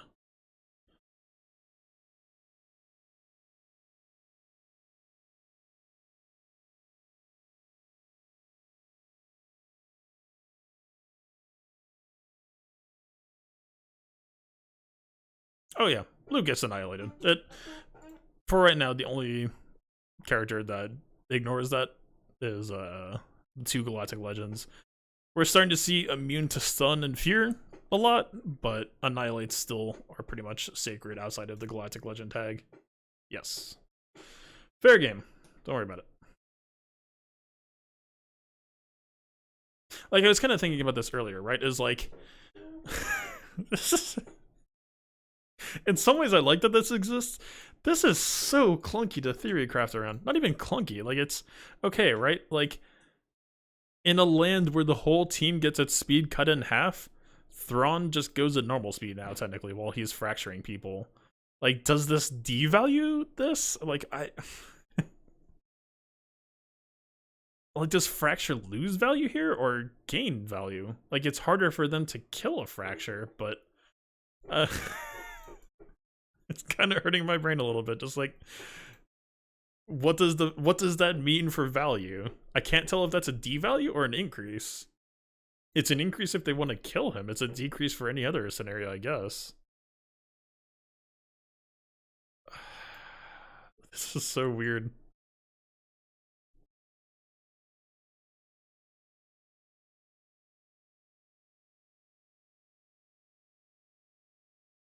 Okay, Kruger asked a good question. This is a good.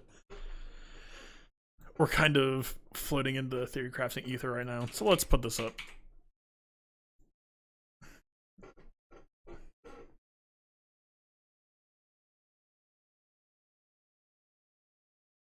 Oh, actually, there was a tidbit mentioned in the chat here. God, is chat box not in desktop either? I need to just make sure that this is up in all of these scenes. So if Luke is faster, people are not brought up. That's kind of niche, but still relevant. All right. You guys are in here. You guys are in here. Okay. You guys are now fully functionally everywhere. Congratulations. You made it.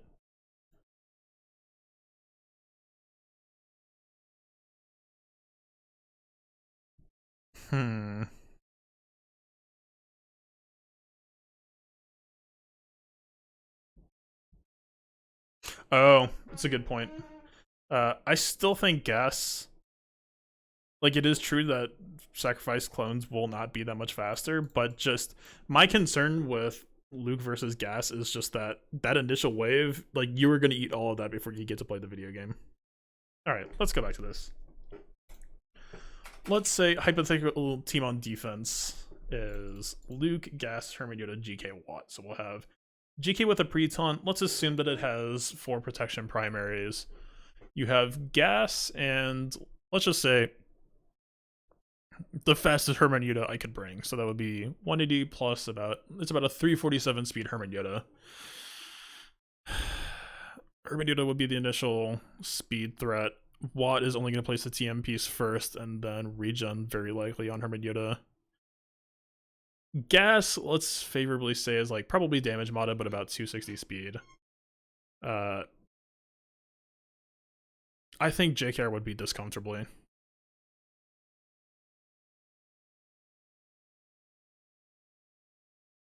Right? Unless Luke is just ridiculous on damage carry, you just have to mark Gas first. I am assuming that you would have the Terminator chain math on JKR, but I don't even think you would need Gas with JKR. You would just do the chain, execute General Skywalker, and then the team mostly loses its fangs, right? This is the issue with having it's weird. Like, the team doesn't have a safety parachute, except for the assumption that once you get hit with the speed down, like, you're in a lot more trouble.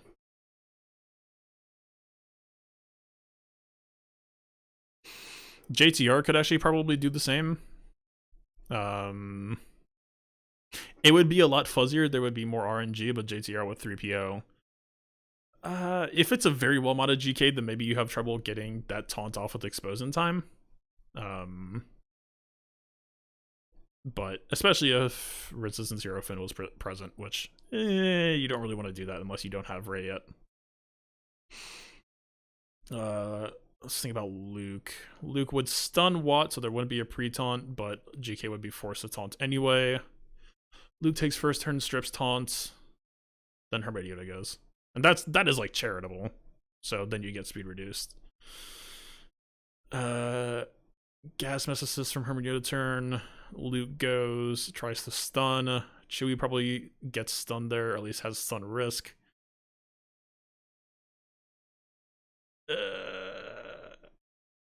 I don't think Luke would feel great.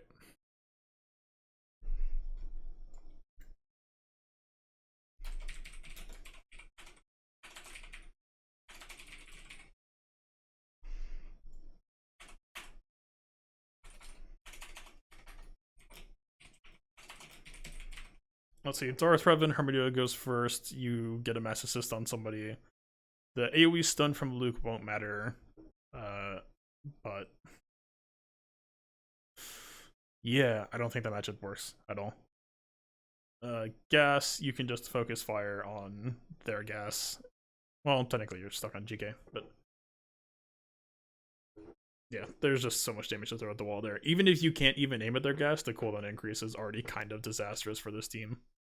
I don't know, so technically, if you get cooldown increased, you can still use the leadership turn, right? So Luke will still go, will still use basic.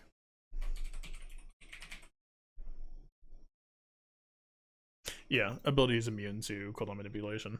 Fair game. Wonder if JKL has gas level damage output? That's the money question. I would guess out of box, probably no. Maybe... It's still weird to me, like, the AoE is just pure utility. It's like a... I don't even know what to compare it to. It's almost like Vader Choke, I want to say. Which I guess thematically, that's kind of a cool parallel. But Vader was at least a combo setup. I mean, I guess you're technically doing damage, but...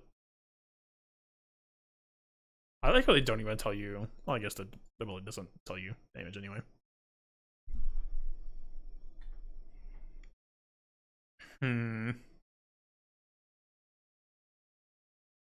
Yeah, Luke's first turn cycle is mostly just gonna check what type of team you're running, at least for defensive purposes.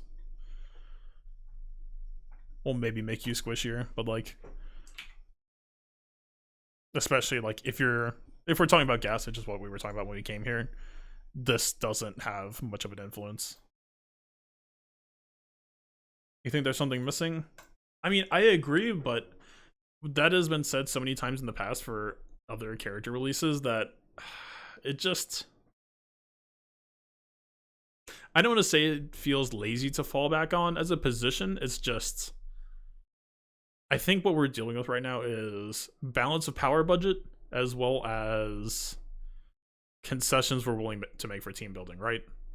We don't necessarily want to have to put General Skywalker in the team because he is needed for...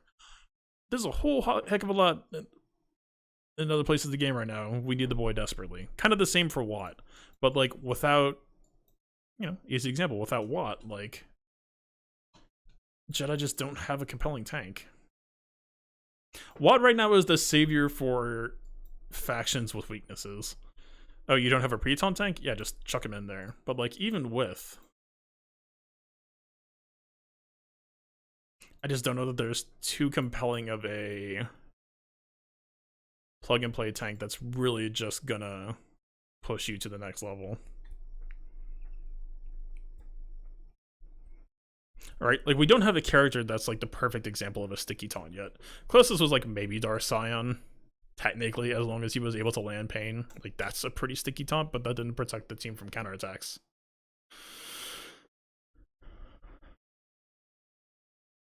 Like GK plus one, like maybe GK like double. So this was actually a concept of mine that I had for back in when Revan first came out. This was a hill I was dying on extremely heavily. Was we use Farm Boy as the stand-in. Where are you at? Let's say this. I don't think I hate this. Something like that. That with either Watt or... I mean, we could say that, but that's... Again, we're bordering on spending too much, but it's really just a question of how good you want this team to be. Like, if you posted double GL plus this on defense and you just want it to be like a defensive monster, yeah, You better hope that they don't spend a whole lot of budget on their defense either. Like, unless you're just like in a GAC match where you have double GL and they don't, or something crazy like that, where it's like, all right, congrats, dude. Unless they are a good player, you probably already auto won anyway. But even like, if you take this out, maybe just I don't know.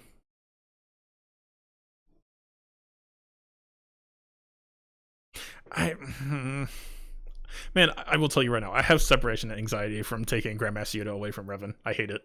I hate it so much. He is such a different character with that lead, and like without it, it's just like, oh, he did the mass assist, and then he gave everyone tenacity. Hooray! All right, that's the character for now. Goodbye. Right? Like it's not. I guess we'll have 30% crit chance, crit damage. It's not the worst, but it's just not Revan lead really. But like, I don't feel terrible about this team.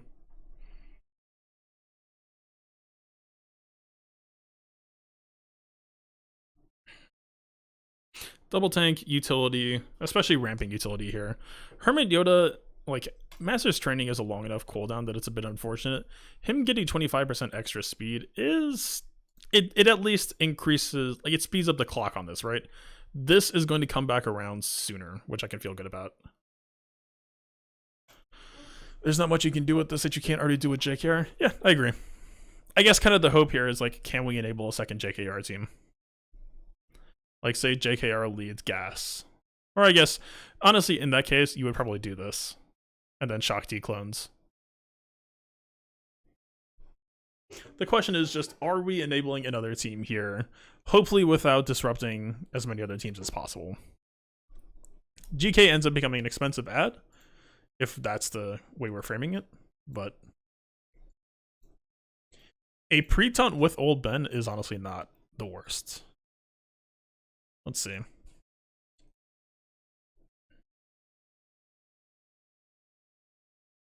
JKR looks iffy without Hermit Yoda. Depends on the use. Depends on the use for sure. I agree that the team is way less fun.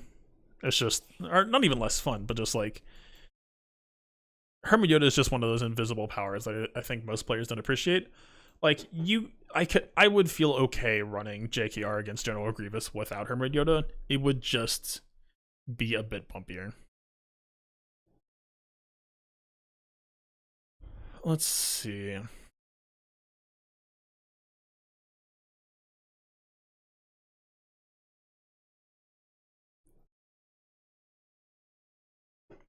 I'm almost trying to look at this in terms of deck building. Like, let's put these shoes on.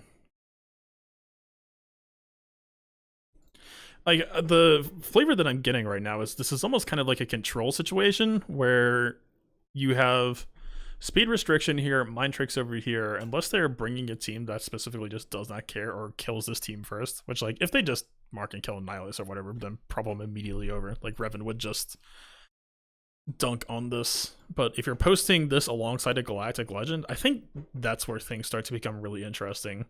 I think you can build this team to put a lot of pressure on enemy teams if you wanted to. Like, what if we...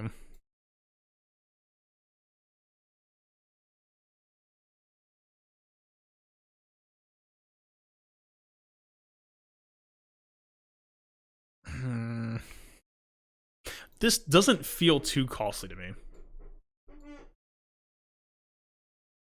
I guess the biggest problem is you would definitely need to build Old Ben to go before Nihilus. Also, definitely no. Sorry. Nope. Right? But this... AoE days... I'm sorry, Maul is just... Yeah. Maul is Maul. For all of his fun stuff and all of his issues. I'm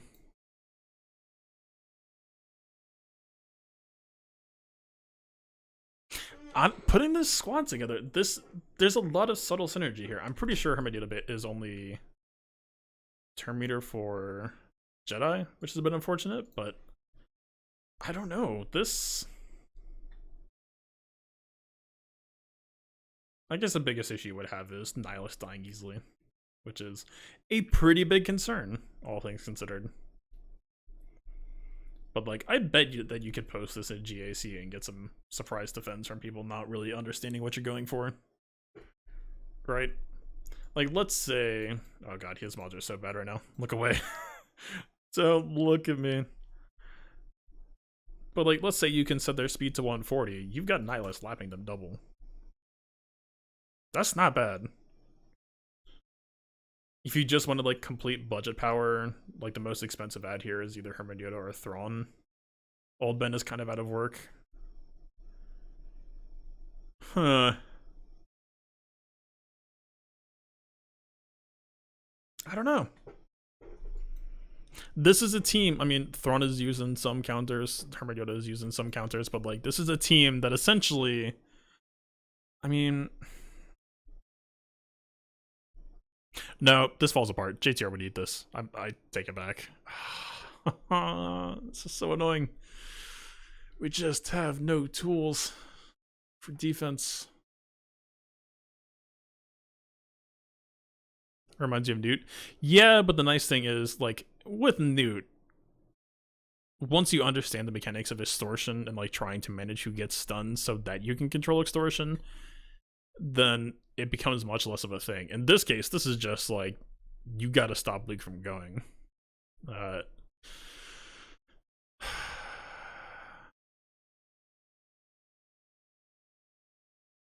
is painful. It's painful because there's very little that you can do to stop something like JTR from just eating you. JTR, Gas, JKR. JKR and Gas were like, okay, if they want to spend that on something like this, I'm on board with that. JTR is like, oh yeah, that's really gonna put some pressure on them with your Bosk lead. Which I don't even run Bosk lead, but like my bounty hunters aren't high pressure anyway. And like, do you really want to invest in all of those characters for a new Luke just to like get eaten by JTR? Not really.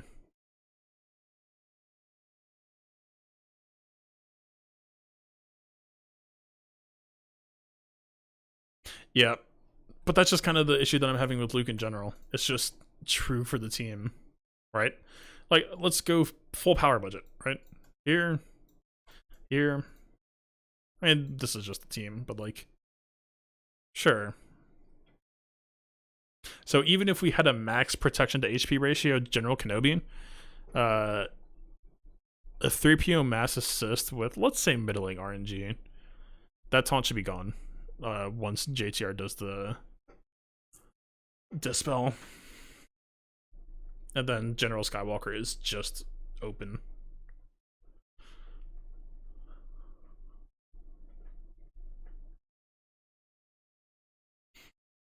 Let's try to think. What's like a... I don't want to pitch this way necessarily, but let's assume that this is the two-man core, and then let's look for a power, like, trio.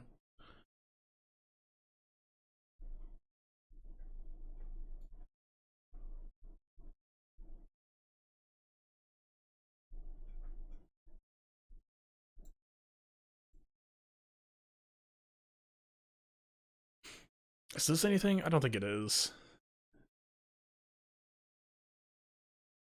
Is it? Does Nest become a monster when you have a lot less speed to actually try to deal with her?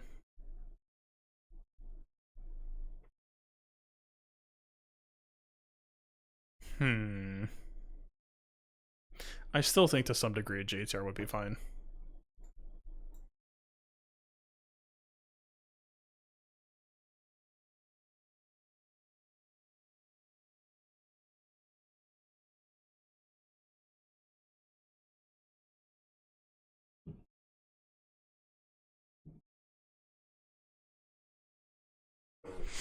I don't know.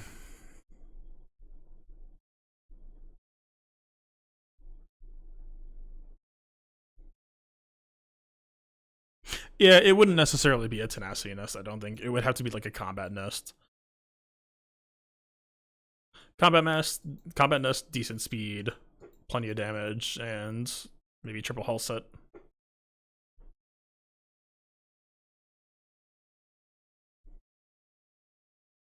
I don't know.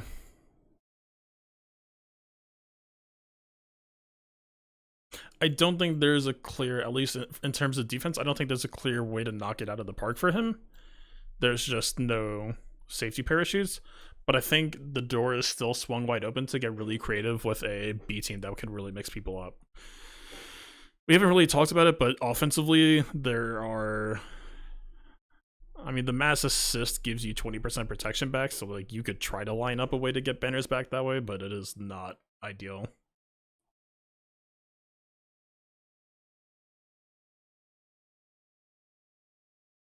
Yeah, Flurby, that's kind of where we're at. Is just the team just lacks, like, the only safety parachute this team has is just Luke reducing people's speed, and you don't get that out of the bat or out of the box. Watt stocks I think are high for offense just because you can just TMPs immediately. For defense, I'm still not that convinced either.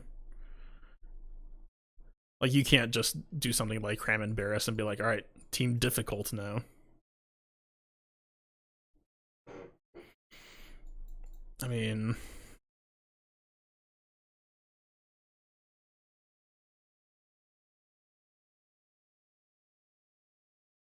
yeah, I just don't think it works out that well. Yeah, I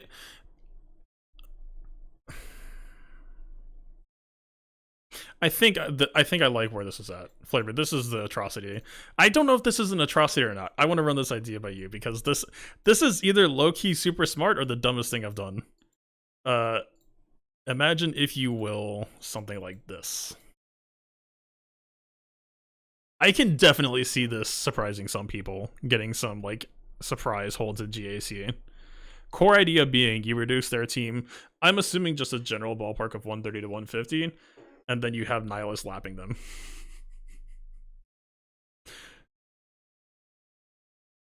And like, that's basically just the idea. That's it. No pretons, baby. No pretons, no defensive mechanics. Just, hey, if you don't decide to kill Nihilus in time, boy, are you gonna be sorry. In which case, drop out at Ensign. I was thinking about just doing something like this.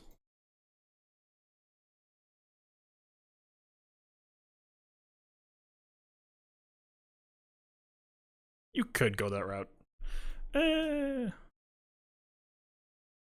Yeah, I still think I like Old Ben as a flex here.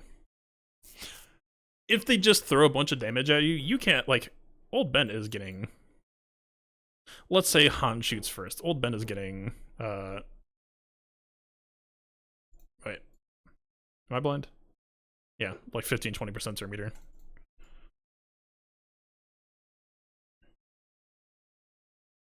Yeah, don't get me wrong. This is not like the brand new perfect defense team.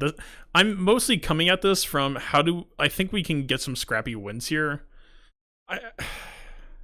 Screw it. I do kind of like the Newt comparison. This is kind of like a new potential Newt team. If we don't want to give him any power characters, which is the big caveat. Because it feels like the meta is just sort of starting to settle at the top, and that's an ambitious statement because the Kaido changes just hit 2. Which is why, like, especially with all of the anti-Geo rules in his lead right now, I don't think we can necessarily budget him a lot confidently.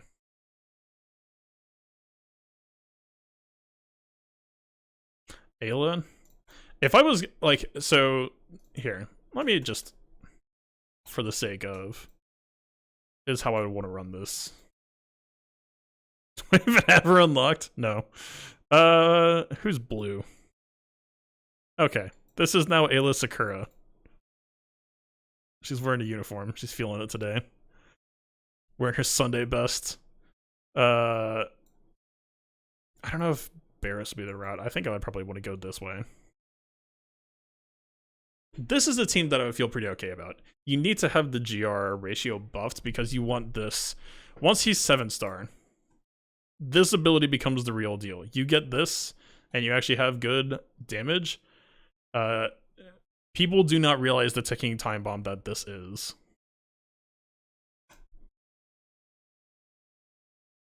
Like, you lose this, it's whatever. You keep this, it benefits Ayla, and I think that's it unless we bring Yoda.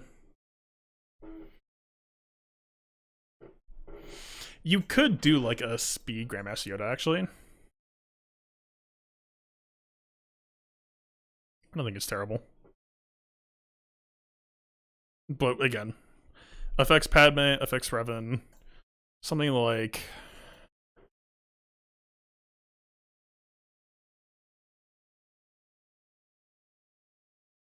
That doesn't look too terrible.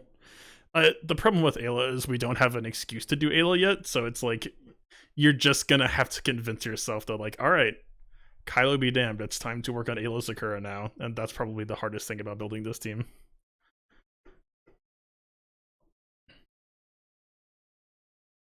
Yeah, I don't know. The kid has some powerful tools. I'm not sure. For offense, I think they will be very easy to wield, and you could really cripple some teams. The defense just presents so many problems right now. Like you could just try to go with like some GK Barris. Like, what if you just throw in this package?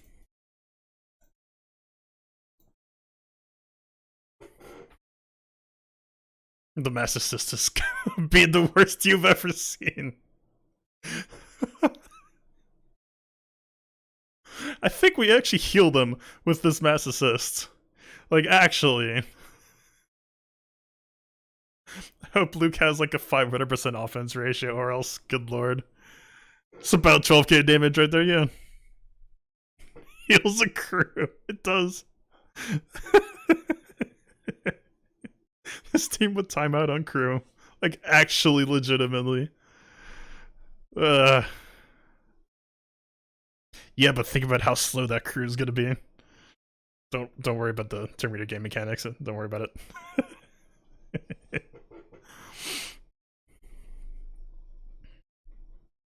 Oh, that's true, crew. Like, God, is that really the direction we're gonna take this, though? Like, yeah.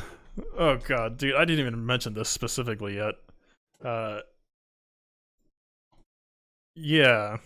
Reduces their health and protection by 10% max health, stacking up to 50% on a 5-turn cooldown with a character that's not going to be built without speed. That turn fucking 20 power spike, I tell you. They're going to fall down to 50% and just that's when it really closes out. I mean, not to use card game metaphors too much, but this... You really do just kind of turn this into a control deck almost. You just try to slow them down to a crawl. And the vulnerability. This is not going to define the meta. This... Ooh.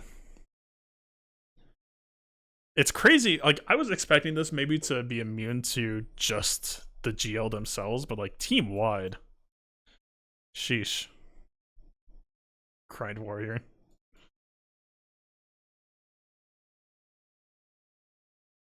Herman Yoda outspeeds DR. But I'm kind of just...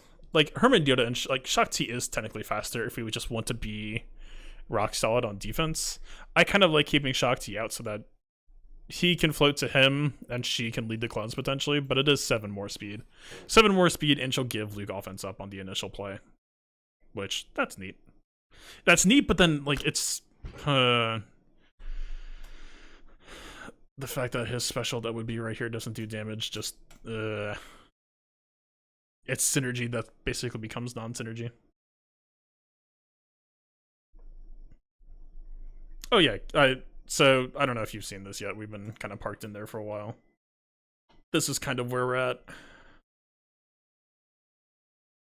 I'm moving to the left of chat a little bit.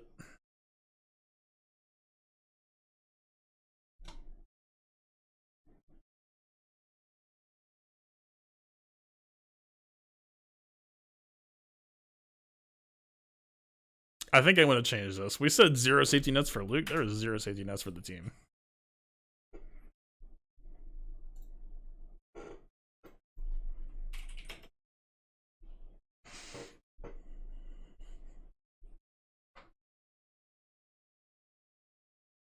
Yeah, I like Gas Lead, I think hard counters this team. Shock 501st would still probably beat this team. I don't think that you can position this team as comparable to something like a GL right now. Maybe position it as a GL defense supplement just to try to make your defense harder. Or do what we were doing and try to just like slip in a bunch of characters that you aren't using right now but necessarily might have and try to get some surprise wins.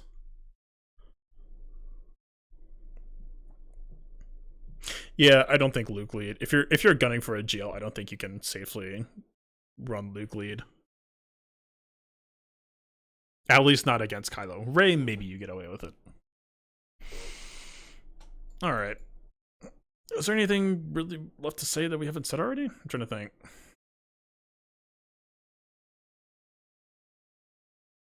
Most of the takeaway so far was just, hey, we need to wait for the swg.gg page. But, I mean, we have... I don't know. I guess I didn't talk about his solo potential.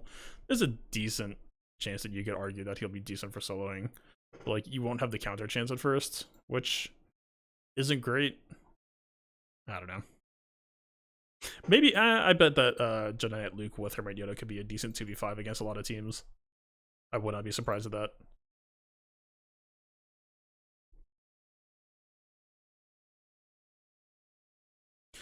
This might be an alternative to Gaz's HP reduction.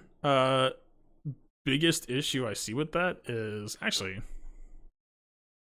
this can be resisted, I'm pretty sure. No, the effect itself is unresistible, right? I'm pretty sure. I'm fairly positive that HP reductions can't be resisted. Let's see.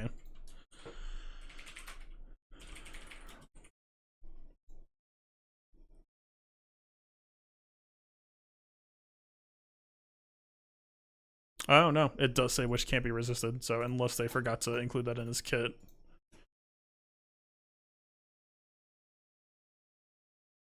It's resistible, for sure. Yeah.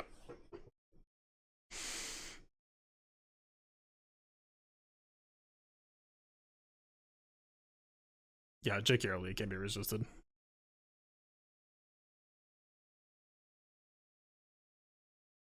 J.K. Rowling just brings a lot more potential in general.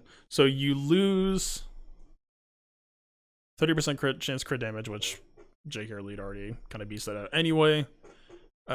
And you lose... Let's assume a team of 5 Jedi, you lose placing the buff on 5 people at the start. So, like, if you just use this first, then you will essentially be 40% of max possible Jedi's will application if you went Luke lead instead. But again, I think just the way those teams are generally built, and these are all damage buffs, like, I don't think that's a problem. You're generally just going to have, you know, let's say...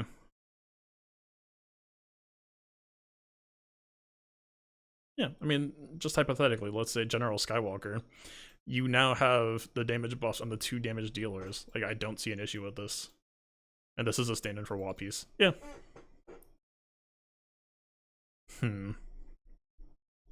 Yeah, if his damage is good, you could probably do something like a gas solo and GAC against weaker teams using Hermit Yoda plus Luke. I bet that would work. You just have a fast Hermit Yoda, builds up his, or establishes his counter chance at first, and you just play from there. You'll get decent amount of protection stacking. Yeah, it could work. Yeah, that's the thing. If Jedi's will only existed for when he was using his lead, then that's one thing. But, like, you still get it. It's just you lose the ability to give it to everyone.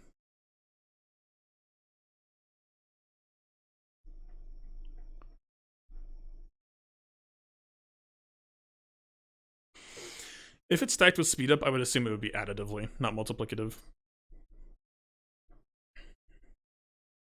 I mean, I have to assume, right?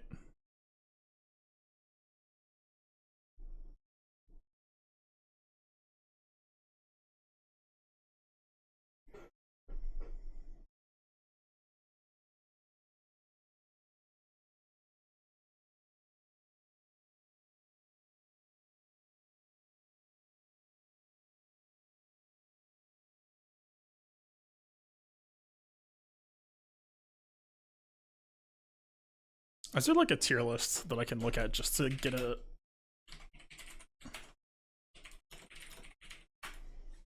I just want to see a list of teams.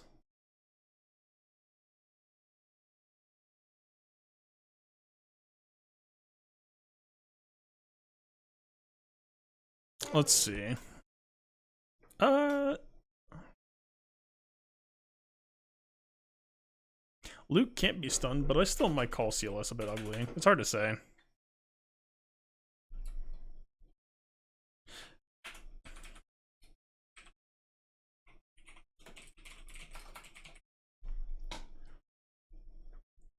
CLS has a Terminator in control that, again, we just don't know how tanky Luke is realistically.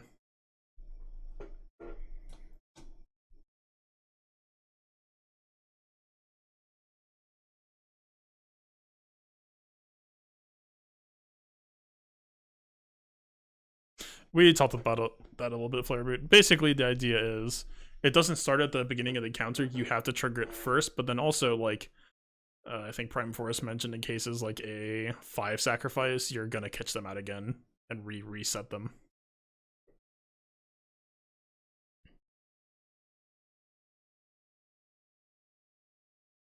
I guess the rules do already say that their seed values can't be modified. It might apply. I still think it applies to stuff like Brute, where you're technically making a new character.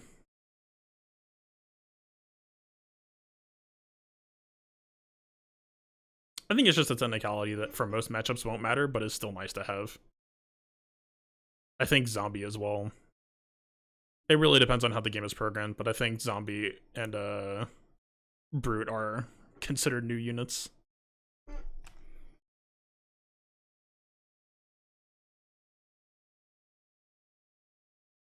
So let's assume that Zombie is programmed as coded without it. So like a Zombie at 2 stacks, you kill him once, it would go down to 1 stack, but it probably wouldn't be affected until Luke went again, and then it would be re-reduced.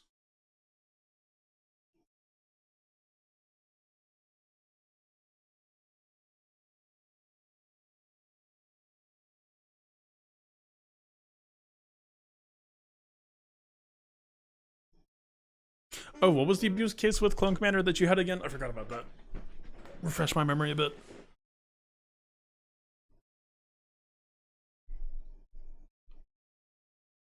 Hoping he's better than I think he is. I think he's fine. Yeah, I don't think he's gonna shake the meta, but I think strategically he is quite interesting.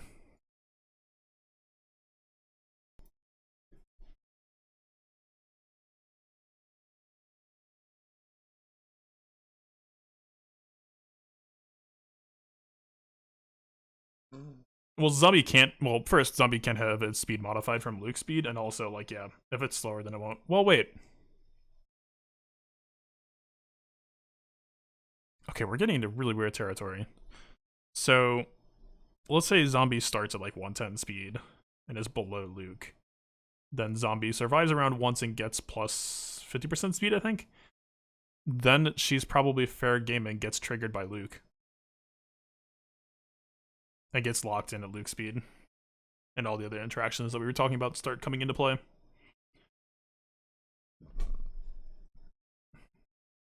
You see him as a Darth Revan without Malak power levels. I think I would rate him more highly. I think his power mostly just leans in on offense. You can and will. I think he has the ability to punch pretty high on offense, like punch above his weight very easily. It's just very vulnerable on defense unless you're, again, trying to build a budget team to catch people out by surprise with like something like that Nihilist concept. But yes, definitely feels offense driven. Maybe a bit too Watt reliant for some matchups, because you really don't want to have to spend Watt on the team, but Watt with TM piece would at least definitely get you the speed lockdown very, very early.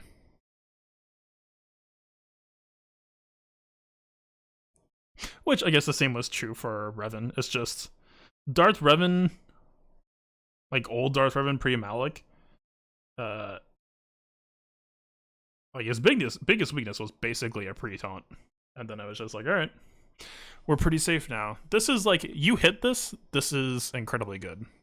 Like, just singular effects in this game, this might be one of the most powerful we've ever seen.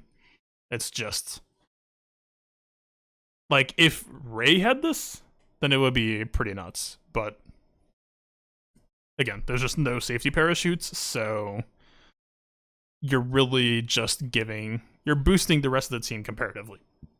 by preventing the enemy team from going as much. Yeah. I think I'll go for him. I mean, let's see. I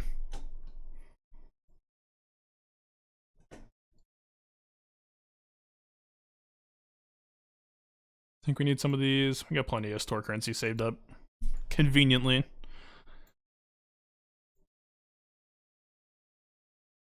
I think we need a bunch of these, actually. We've got some crystals banked.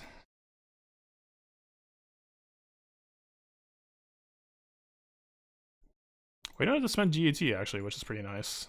Carbs, we are a ways off, but we can target farm those pretty hard to get ready. I don't know. I'll actually have to, like, try to build a list and check, but I think I do go for Luke. Wait to see the kit to make the final decision, but I think I could. Yeah, I'm pretty much wrapping up as well, so we'll see. We'll be discussing in the Discord. We'll be discussing the Discord the day of when the stbgh.gg stats do go live. If you want to hear some more final verdicts, it's probably also worth a video just because this is I think that this is a character that's going to be very hard to get an accurate read on. So like, you know, spoiler alert for the Mandalorian video that I promise has still been work in progress. Like, Mandalorian's a pretty good character. He makes the faction a lot better. His tools are great, his kit's a little bit boring, and some parts of him kind of suck, but overall, character pretty good. But he's also only our marquee. So, like, a character like this with this level of investment is just, like... It's a very hard topic. It's a very weird topic. Especially given the state of the game right now.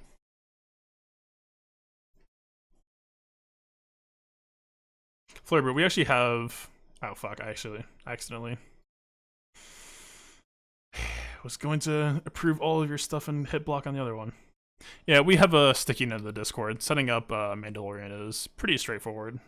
Someone made a better turn order that lines you up for a Annihilate immediately, or like 10% turn meter off from immediately.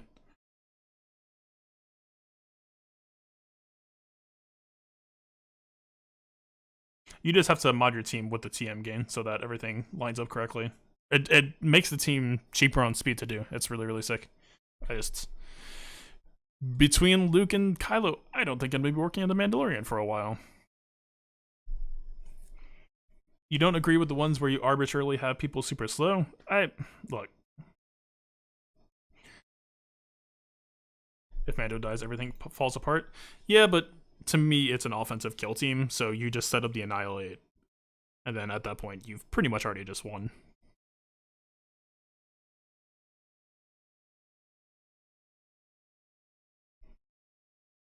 And it kind of depends too, right? Like, let's say... Like, within a turn meter cascade, right? Let's get this up.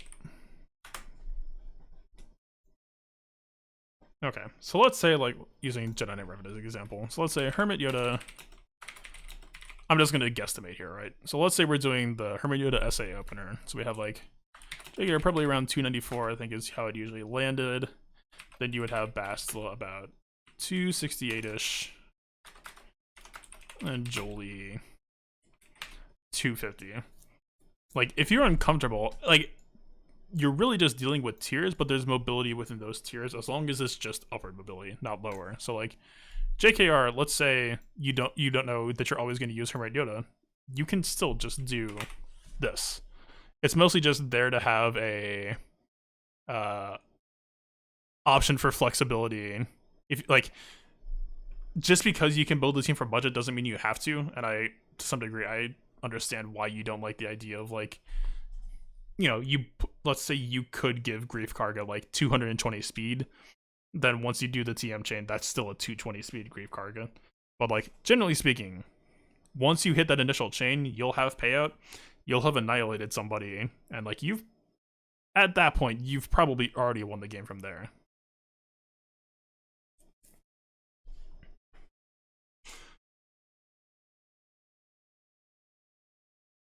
Because you like Jolie with counterattacking. Just depends on the use case. But the thing to remember about Bastila is that she gives the team turn meter. So if you're just trying to bring everybody up to 360 speed, then this is essentially +5. This is +5. This is +6. It just makes Jolie a lot cheaper. Where's this sticky note? It is in Team Theory Crafting, right here. It'll be in the video. But yeah. Alright, I think we said most everything there is to say. It's an interesting character. Not OP and not... Let's say strong. Very number reliant, hard to say for sure on a lot of this stuff. Like, if he ends up being as beefcake as like a tanky guest, then yeah. If he ends up being as like squishy as, let's say, a Jedi Knight Anakin, then things get a bit spooky from there. So I guess I assume it's going to be a 4-day wait until we get those numbers, but we shall see. At the very least, I'm going to be farming Captain Han until then, so get ready if you can to make that decision. All right. Had a lot of people hanging out most of the time. That was pretty cool. Thanks for hanging out, especially if you're still around. You probably heard the same thing a couple times by now, but yeah. Hope you all have a good rest of your evening. Peace out.